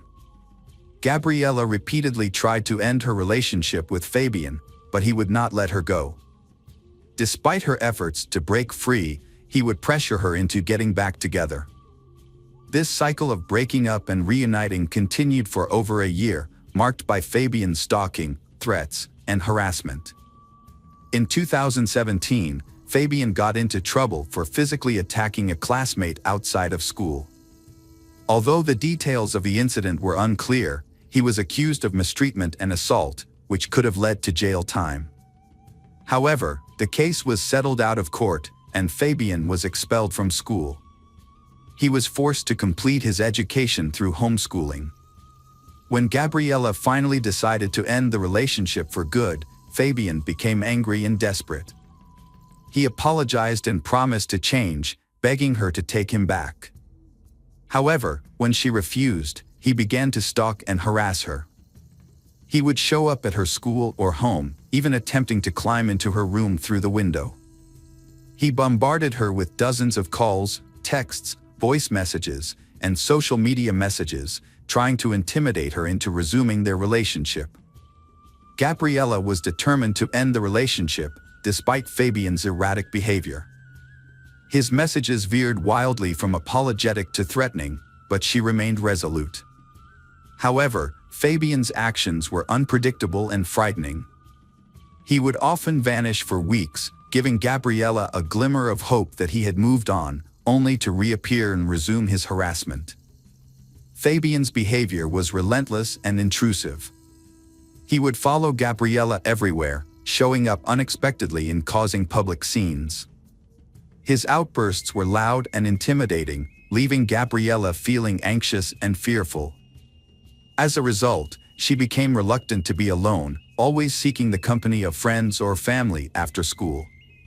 She would often meet her mother at work and travel home with her, or ask her father or uncle to accompany her on trips. This constant vigilance took a toll on Gabriella, leaving her exhausted and drained over several months.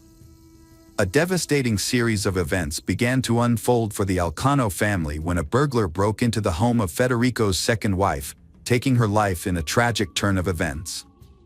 At the time, the children were at school and Federico was at work, leaving her alone and vulnerable.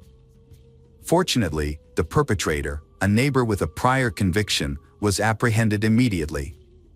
Gabriella and her mother rallied around Federico, offering emotional support and helping him care for the children during this difficult time. Although Gabriella's thoughts were temporarily diverted from Fabian, who had gone missing around the same time, she remained focused on her own goals. She was busy preparing for entrance exams, hoping to secure a spot at one of Santiago's most prestigious universities, where she aspired to study journalism or advertising. However, this tragedy was only the beginning of a series of heartbreaking events that would soon befall the Alcano family. In May 2018, Fabian suddenly re-emerged, beginning a campaign of obsessive stalking that made Gabriella feel unsafe in all aspects of her life. He was able to access her property by climbing over the fence and even showed up at places she regularly visited, such as the supermarket and the mall. By early June, Gabriella was so alarmed by his behavior that she sent screenshots of her disturbing messages with Fabian to her two closest friends, including audio recordings where he explicitly threatened her and demanded they restart their relationship. Gabriella was secretly living in fear for her own safety and that of her loved ones, but she chose not to share her concerns with her family to avoid causing them unnecessary worry. On June 10, 2018, the Alino family came together to celebrate a milestone birthday, Carlos's 80th. Tragically, this joyful gathering would turn out to be the last day of life for Gabriella and her mother, Carolina. The evening had begun on a happy note, with the house filled with laughter, music, and the warmth of a big family meal. As they celebrated Carlos's special day, everyone wished him good health and many more years to come. Gabriella played with her younger brothers and her uncle Rodrigo's children, but despite the festive atmosphere, she seemed somewhat preoccupied and distant. Her uncle noticed her unease and decided to approach her, asking if everything was okay and if something was troubling her. Gabriella gave a sad smile and shrugged, but didn't explain why she was nervous. Her uncle chose not to pry, thinking she would open up when she was ready. However, he later regretted not pressing her for more information. After the party, Federico drove his ex-wife and daughter home. He kissed Gabriella on the forehead, told her he loved her, and reassured her that she could always count on him for support. He then returned home with his younger children. Tragically, this was the last time he saw his eldest daughter and first wife alive.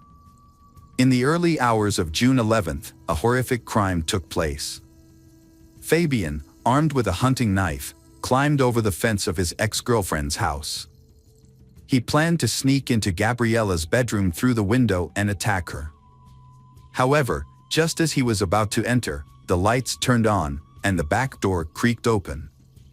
Carolina, who had been unable to sleep, had gotten up to investigate the noise. Fabian pounced on her, pushing her back inside, and began stabbing her repeatedly. Fabian brutally stabbed his Carolina 36 times, with most of the wounds inflicted on her chest, neck, and head. This attack was fatal and left her with no chance of survival. Carolina only managed to scream a couple of times before falling silent. The noise from the attack woke up Gabriella, who rushed downstairs to see what was happening. As she went down, she saw Fabian, covered in blood and clearly enraged. He caught hold of her and dragged her down. Gabriella was desperately trying to call the emergency services with her phone, but she couldn't make the call. In a horrific act, Fabian attacked Carolina and stabbed her once in the chest, piercing her heart and instantly killing her. He then moved her body to the kitchen. After the murder, Fabian tried to cover his tracks by wiping away his fingerprints and cleaning the bloody footprints. He also washed himself and the knife in the bathroom. After cleaning up, Fabian left the house quietly around 5:30 a.m. without being noticed by the neighbors. Following the event, Federico appeared unaffected. However, concerns grew when Carolina, typically a reliable and communicative colleague, missed work for 2 consecutive days without answering her phone. Her employer contacted Federico, asking him to find out what had happened to Carolina.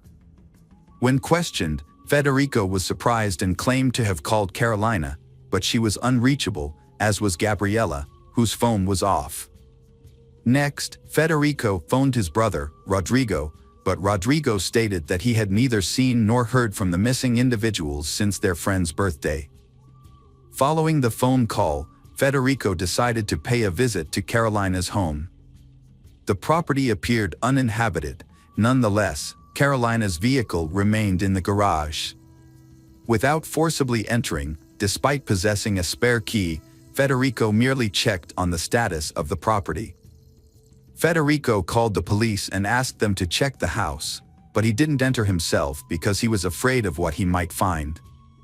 The police officers were puzzled by this, especially since he had a key. When they finally entered the house at 11 a.m., they found the lifeless bodies of Carolina and Gabriella on the kitchen floor, surrounded by pools of blood. Despite the obvious fact that the women had been dead for over a day, Federico was overcome with grief and irrationally demanded that the police call an ambulance to save them. The police had to calm Federico down, but his behavior raised suspicions, and they took him outside to a police car for questioning. When he tried to leave the car and found the door locked, he became agitated and demanded to know why. It was then that he realized he was the main suspect in the double homicide. Federico was shocked and devastated by this turn of events, unable to comprehend how he could be suspected of killing his own daughter.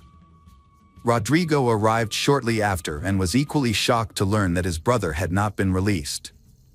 He was also struggling to come to terms with the investigation revealed that Gabriella's friends reported that she was being stalked by her ex-boyfriend, Fabian. Screenshots of his threatening messages and voice recordings, which included a disturbing phrase, "It's easier to take her life than to let her go," were also obtained. This came as a shock to Federico, Gabriella's father, who recalled that Fabian seemed pleasant when they first met, despite his daughter's failed attempts to break up with him. The contrast between a heinous crime and the normalcy of Fabian's daily life, where he spent time with family and friends and posted light-hearted photos on social media, made his crime all the more inconceivable. After being taken into custody, Fabian responded to allegations with pretended astonishment and anguish, falsely claiming his innocence and feigning affection for Gabriella. Fabian had gotten rid of the object used to commit the murder and thrown away some clothes with blood on them. However, there were still small drops of blood on his shoes, and footprints matching his shoes were found at the scene of the crime. Additionally, 4 of Gabriella's classmates said they heard Fabian threaten her, saying it would be easier to kill her than let her go. Because of the evidence and what the witnesses said, Fabian admitted to the crime, but tried to make himself look like a lover who was deeply hurt. The defendant claimed that his intention was not to harm Gabriella, but rather to have a conversation with her. However, the situation escalated, and he ultimately treated her mother as an unwanted witness. He struggled to provide a reasonable explanation for bringing a hunting knife to the encounter, which was supposedly meant to be a conversation. Following the autopsy and other necessary examinations, the victims' bodies were released to their family for burial. A large crowd gathered at the funeral to pay their respects to the deceased and offer condolences to their loved ones. Gabriella was laid to rest in a white dress she had always wanted to wear but never had the chance to. Coralina was buried in a closed casket due to the severe mutilation of her face. Fabian's family hired a skilled lawyer who developed a strong defense strategy, aiming to secure a minimal sentence for his client. During the initial court hearings, the lawyer highlighted Fabian's young age and clean record, pointing out that the attack on his classmate had been resolved outside of court. However, the victim's family pushed for a more severe charge of femicide, which was rejected by the prosecution due to the specific requirements of Chile's law. Since Fabian and the victim were not in a romantic relationship at the time of the crime, the case did not meet the criteria for femicide. The lawyer also argued that Fabian had acted on impulse and was in a state of distress when he committed the crime. As a result, Fabian faced a potential 15-year sentence for the double homicide and assault charges. The victim's family, understandably, demanded the maximum punishment for Fabian. After the initial hearings, the judge gave both the prosecution and defense 6 months to gather evidence. Fabian's lawyer requested his release pending trial, but the judge denied this request, keeping Fabian in custody. Gabriella's father was furious. He lost 2 loved ones to violent deaths. Now, the person responsible for the murders of his ex-wife and daughter might receive a lenient sentence. The defense lawyer tried to blame the victims, and the authorities seemed willing to accept this excuse. In response, Gabriella's father and uncle, along with women's rights groups, proposed Gabriella's Law. This law would broaden the definition of femicide to include intimate partner violence, regardless of whether they was married or cohabiting. The National Office for Women and Gender Equality soon joined the cause, actively pushing for the law. Although the bill faced opposition due to concerns that it could lead to new charges and stricter penalties for perpetrators already in prison, feminist groups nationwide rallied behind the Alino family. They organized marches and demonstrations in support of Gabriella's Law. In August 2019, a year and 3 months after the tragic murders, significant changes were made to Chile's femicide law. Known as Gabriella's Law, these amendments aimed to strengthen the country's response to violence against women. The law now defines femicide as any act of violence, injury, or murder committed against a woman due to hatred based on her gender, regardless of the relationship between the victim and the perpetrator. Additionally, the law considers it an aggravating circumstance if the victim is a minor or has health issues. In April 2022, Fabian Ceres went on trial for attacking his ex-girlfriend and her mother 4 years earlier. Thanks to Gabriella's Law, the defense had limited options. Fabian was charged with femicide under aggravating circumstances because one of the victims was a minor, as well as with double homicide and assault. On April 20th, he was sentenced to life in prison without the possibility of parole. After the verdict was delivered, Federico and Rodrigo spoke to the court, expressing their gratitude to the judges for their fair decision. They acknowledged that no punishment could restore the life of their loved ones, Carolina and Gabriella, but emphasized that a life sentence for the perpetrator would serve as a safeguard, protecting other women from suffering a similar tragic fate. Hello friends, welcome to our channel. Today we're going to take a look at another horrible case with you, the case of Lindsay Cutshall. Lindsay Cutshall was born in 1982 in the small town of White Eyes, Ohio, to a devoutly Christian family. Her father was a pastor, and she was raised with strong religious values. Despite her strict upbringing, Lindsay was an adventurous and active child who enjoyed sports and later developed a passion for hiking and extreme tourism. After completing her education, Lindsay attended Appalachian Bible College in West Virginia, where she honed her outdoor skills.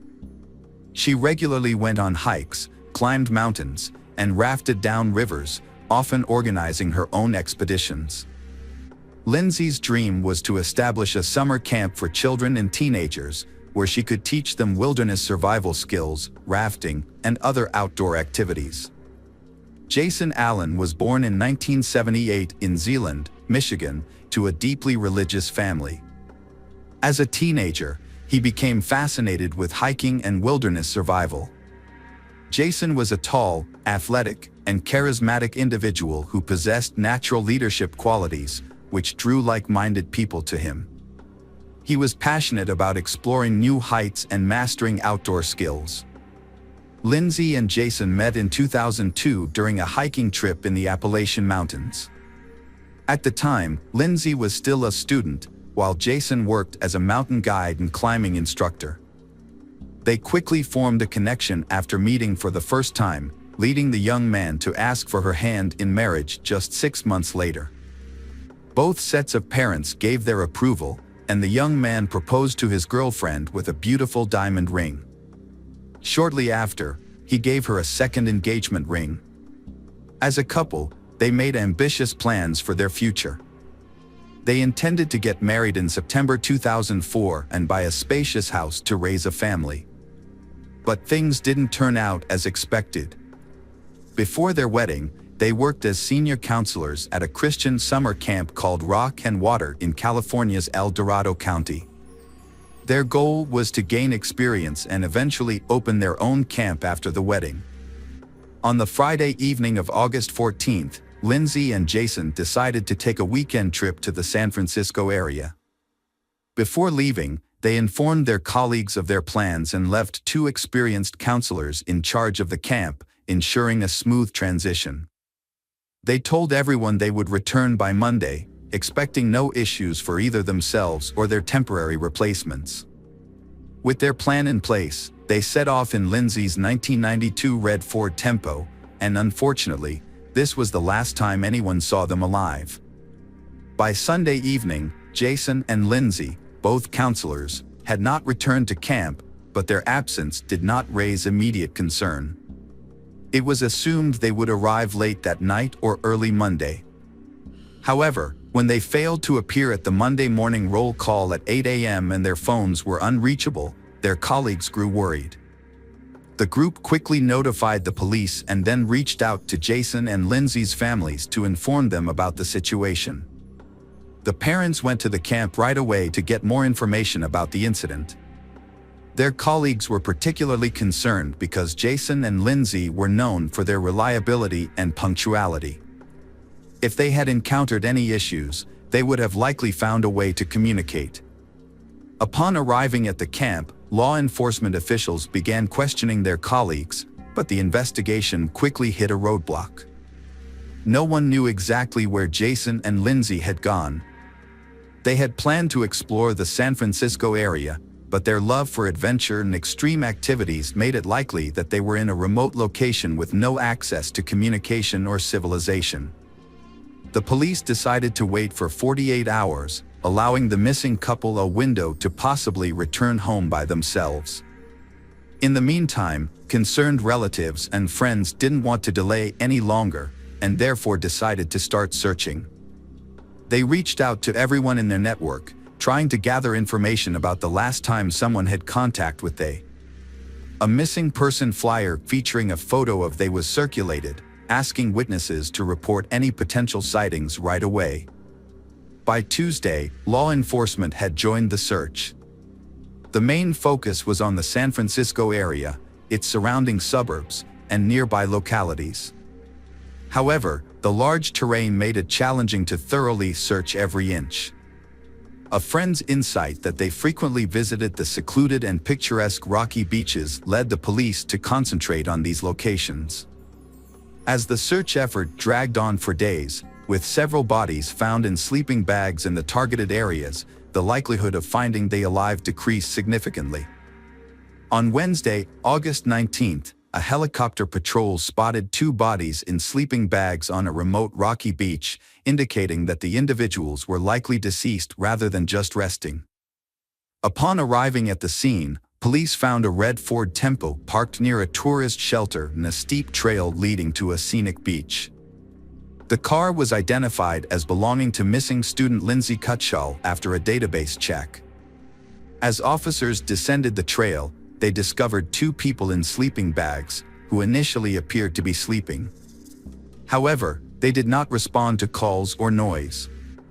Closer inspection revealed that the individuals, a young man and woman, were deceased, with no signs of life. Preliminary examination suggested that they had been killed by gunshot wounds to the head, and the smell of decomposition indicated they had been there for over a day. All of their belongings, including phones, wallets, bank cards, and cash, were found next to them, ruling out robbery as a motive. The car keys were also visible, eliminating car theft as a motive. Investigators initially believed the deceased were the young couple who had gone missing near San Francisco the previous week. Documents found at the scene confirmed the identities of the victims as Lindsay Cutshall and Jason Allen. However, formal identification by their relatives was still necessary. When the parents arrived, they were overcome with grief upon recognizing the bodies of their children. The investigation led police to rule out initial theories of robbery or carjacking due to the presence of untouched valuables, money, and keys at the scene. Forensic analysis also showed no signs of physical or intimate assault on the bodies, except for the fatal gunshot wounds to the head. It appeared that Lindsay and Jason were peacefully sleeping and did not have time to react to the attack. They showed no signs of trying to defend themselves, escape, or even get out of their sleeping bags, indicating a sudden and deliberate act that was similar to an execution or a revenge killing. The brutal murder of 2 individuals on a secluded beach left investigators with many questions but no clear answers. The beach was difficult to access, and there were no signs of anyone else being in the area. Despite a thorough search, no shell casings were found, leading investigators to believe that the shooter may have taken them or thrown them into the ocean. The fact that the shots were fired at close range into the victim's head suggested that the casings should have been nearby if they hadn't been deliberately moved. A search of the area revealed an empty beer bottle a few meters from the crime scene. This was notable because Lindsay and Jason did not drink alcohol and led a healthy lifestyle, suggesting that the bottle may have belonged to the shooter. The brand of beer was unusual for the area and was more commonly found in a neighboring state. Although it was unclear whether the bottle was connected to the crime, it was considered a significant lead in the investigation. A theory emerged that Lindsay and Jason may have had a confrontation with someone the day before their deaths, and this person may have returned at night with a gun to settle the dispute.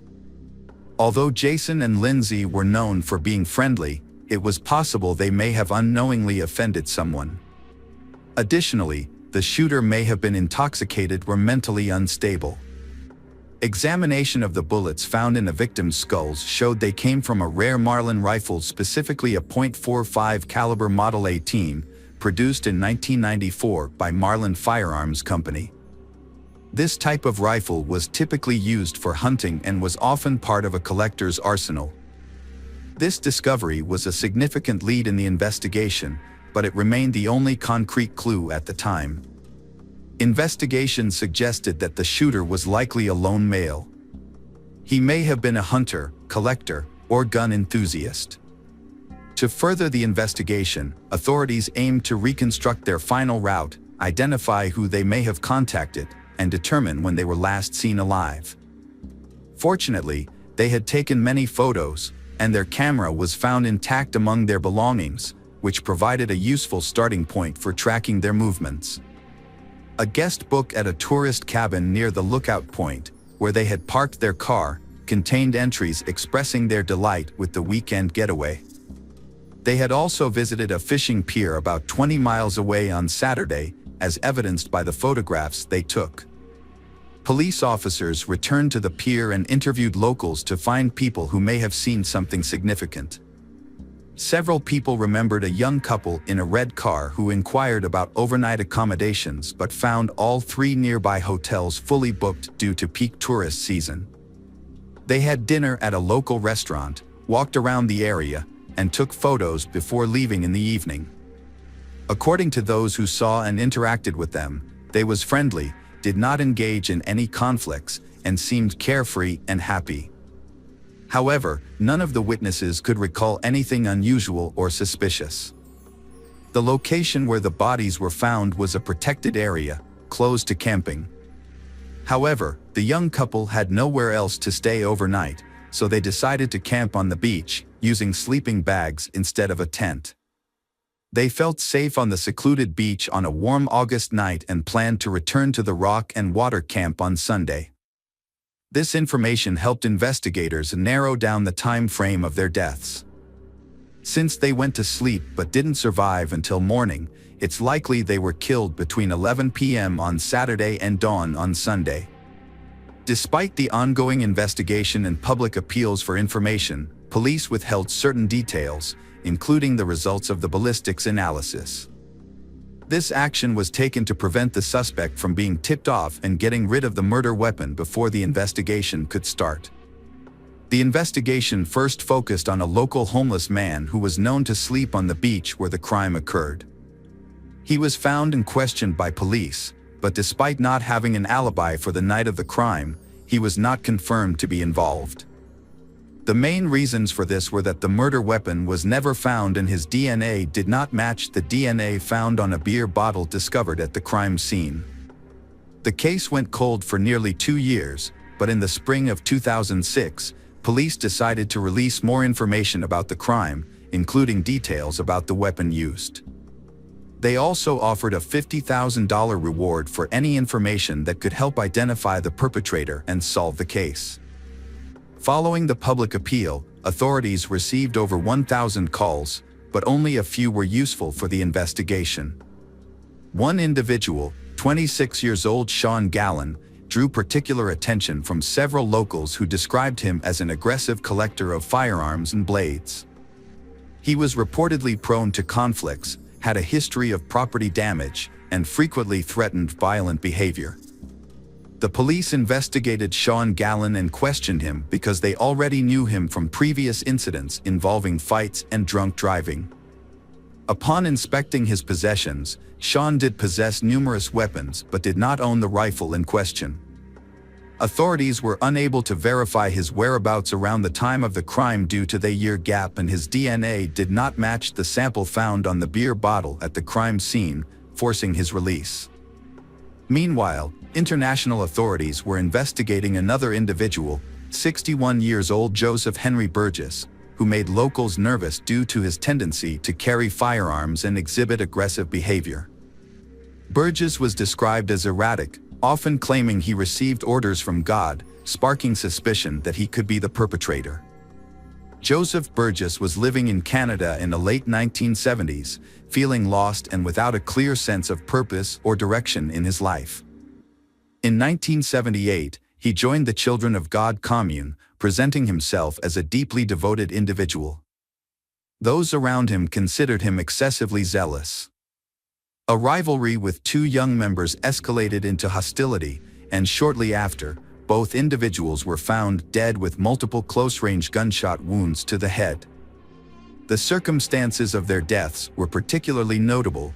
Their bodies were discovered in sleeping bags on a beach, suggesting they were shot while asleep.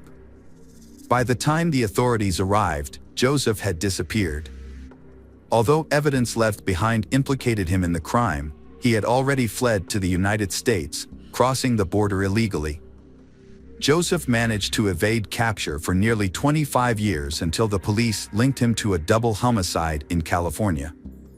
However, the opportunity to question him was lost when a shootout occurred during his arrest, resulting in the deaths of both a police sergeant and Joseph, who initiated the gunfire. This ultimately unresolved case remains shrouded in mystery. A 35-year-old man named Seamus Gallen was killed by his younger brother, Sean Gallen. The brothers had gotten into an argument, during which Sean, who was under the influence of illicit substances, shot Seamus 3 times with a gun. Sean had a history with the police, having been previously investigated for a double murder on a beach, but was released due to lack of evidence. Since then, Sean had been in trouble with the law twice for causing property damage and making threats, but only received fines. It was also discovered that Sean was an avid hunter and enjoyed making knives and other bladed weapons. People who knew him described him as antisocial, aggressive, and unpredictable. After killing his brother, Sean tried to run away but was caught almost immediately. The police decided to take another look at Sean's possible involvement in a crime that happened 13 years ago. They found useful information on his social media page, where he had posted pictures of his large collection of weapons and talked about his supposed psychic abilities. According to his posts, Sean believed he was on a special mission and was receiving instructions from outer space. Sean's behavior initially led police to suspect that he had serious mental health issues. He refused to cooperate with the investigation, spoke incoherently, and maintained his innocence. A new lead was found by investigators who examined private messages on the deceased brother's social media page, something no one anticipated. In 2006, a $50,000 reward had been offered for information about a double homicide case. Sean's former girlfriend had messaged his brother, suggesting that she could claim the reward by turning Sean in. It appeared that both the girlfriend and the brother had knowledge about the case, but they had chosen to remain silent. Unfortunately, it was no longer possible to question either of them, as the brother had been shot and the girlfriend had died in a car accident 2 years earlier. However, when Sean was shown the printouts of the messages between his former girlfriend and his brother, he made a shocking confession. Despite his initial denials, Sean began to provide a detailed account of the events surrounding the double homicide. His recollection of the details was vivid, even though more than 13 years had passed since the crime occurred. One evening, a man left his house with a Marlin rifle, planning to hunt in a nearby wooded area.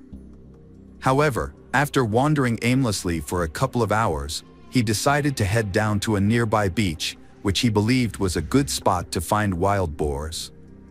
As he walked along the shore, he came across 2 sleeping bags with a young man and woman asleep inside. He stood there watching them for several minutes, when suddenly he heard voices in his head telling him to kill them. The man claimed that this was a mission from outer space that he had to carry out. So, he pointed his rifle directly at the young man's head and fired, instantly killing him. The sound of the shot woke she, but before she could even process what was happening, the man fired again, killing her as well. He then picked up the spent casings and put them in an empty beer can he had been carrying. Later, he threw the can into some bushes in his father's backyard, where he also hid the rifle, asking his father to keep it for him. Sean's father hid the murder weapon in the cellar of his old barn without asking any questions. Remarkably, Sean's account of the crime was later confirmed.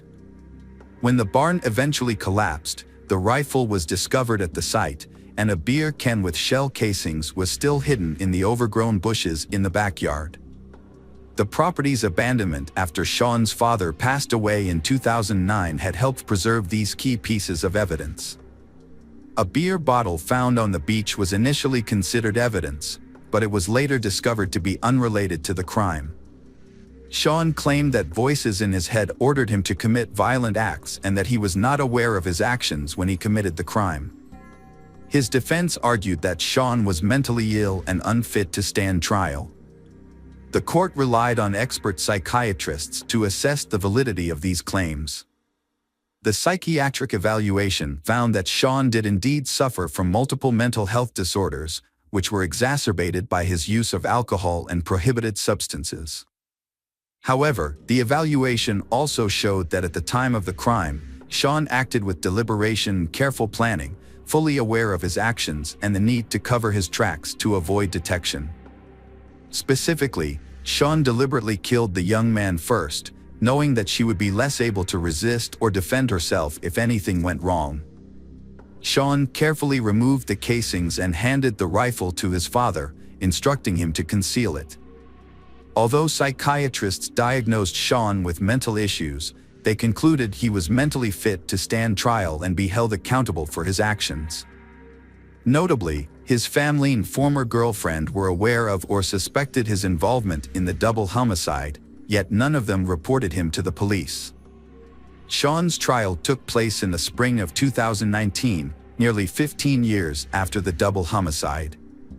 On June 17, 2019, he was sentenced to 2 consecutive life terms without parole, plus an additional 94 years for killing his brother in 2017. He is currently serving his sentence in a special prison unit for inmates with mental disorders. Due to his continued claims of hearing voices and aggressive behavior, he is closely monitored to prevent harm to himself or others. The motive behind the double homicide was never established.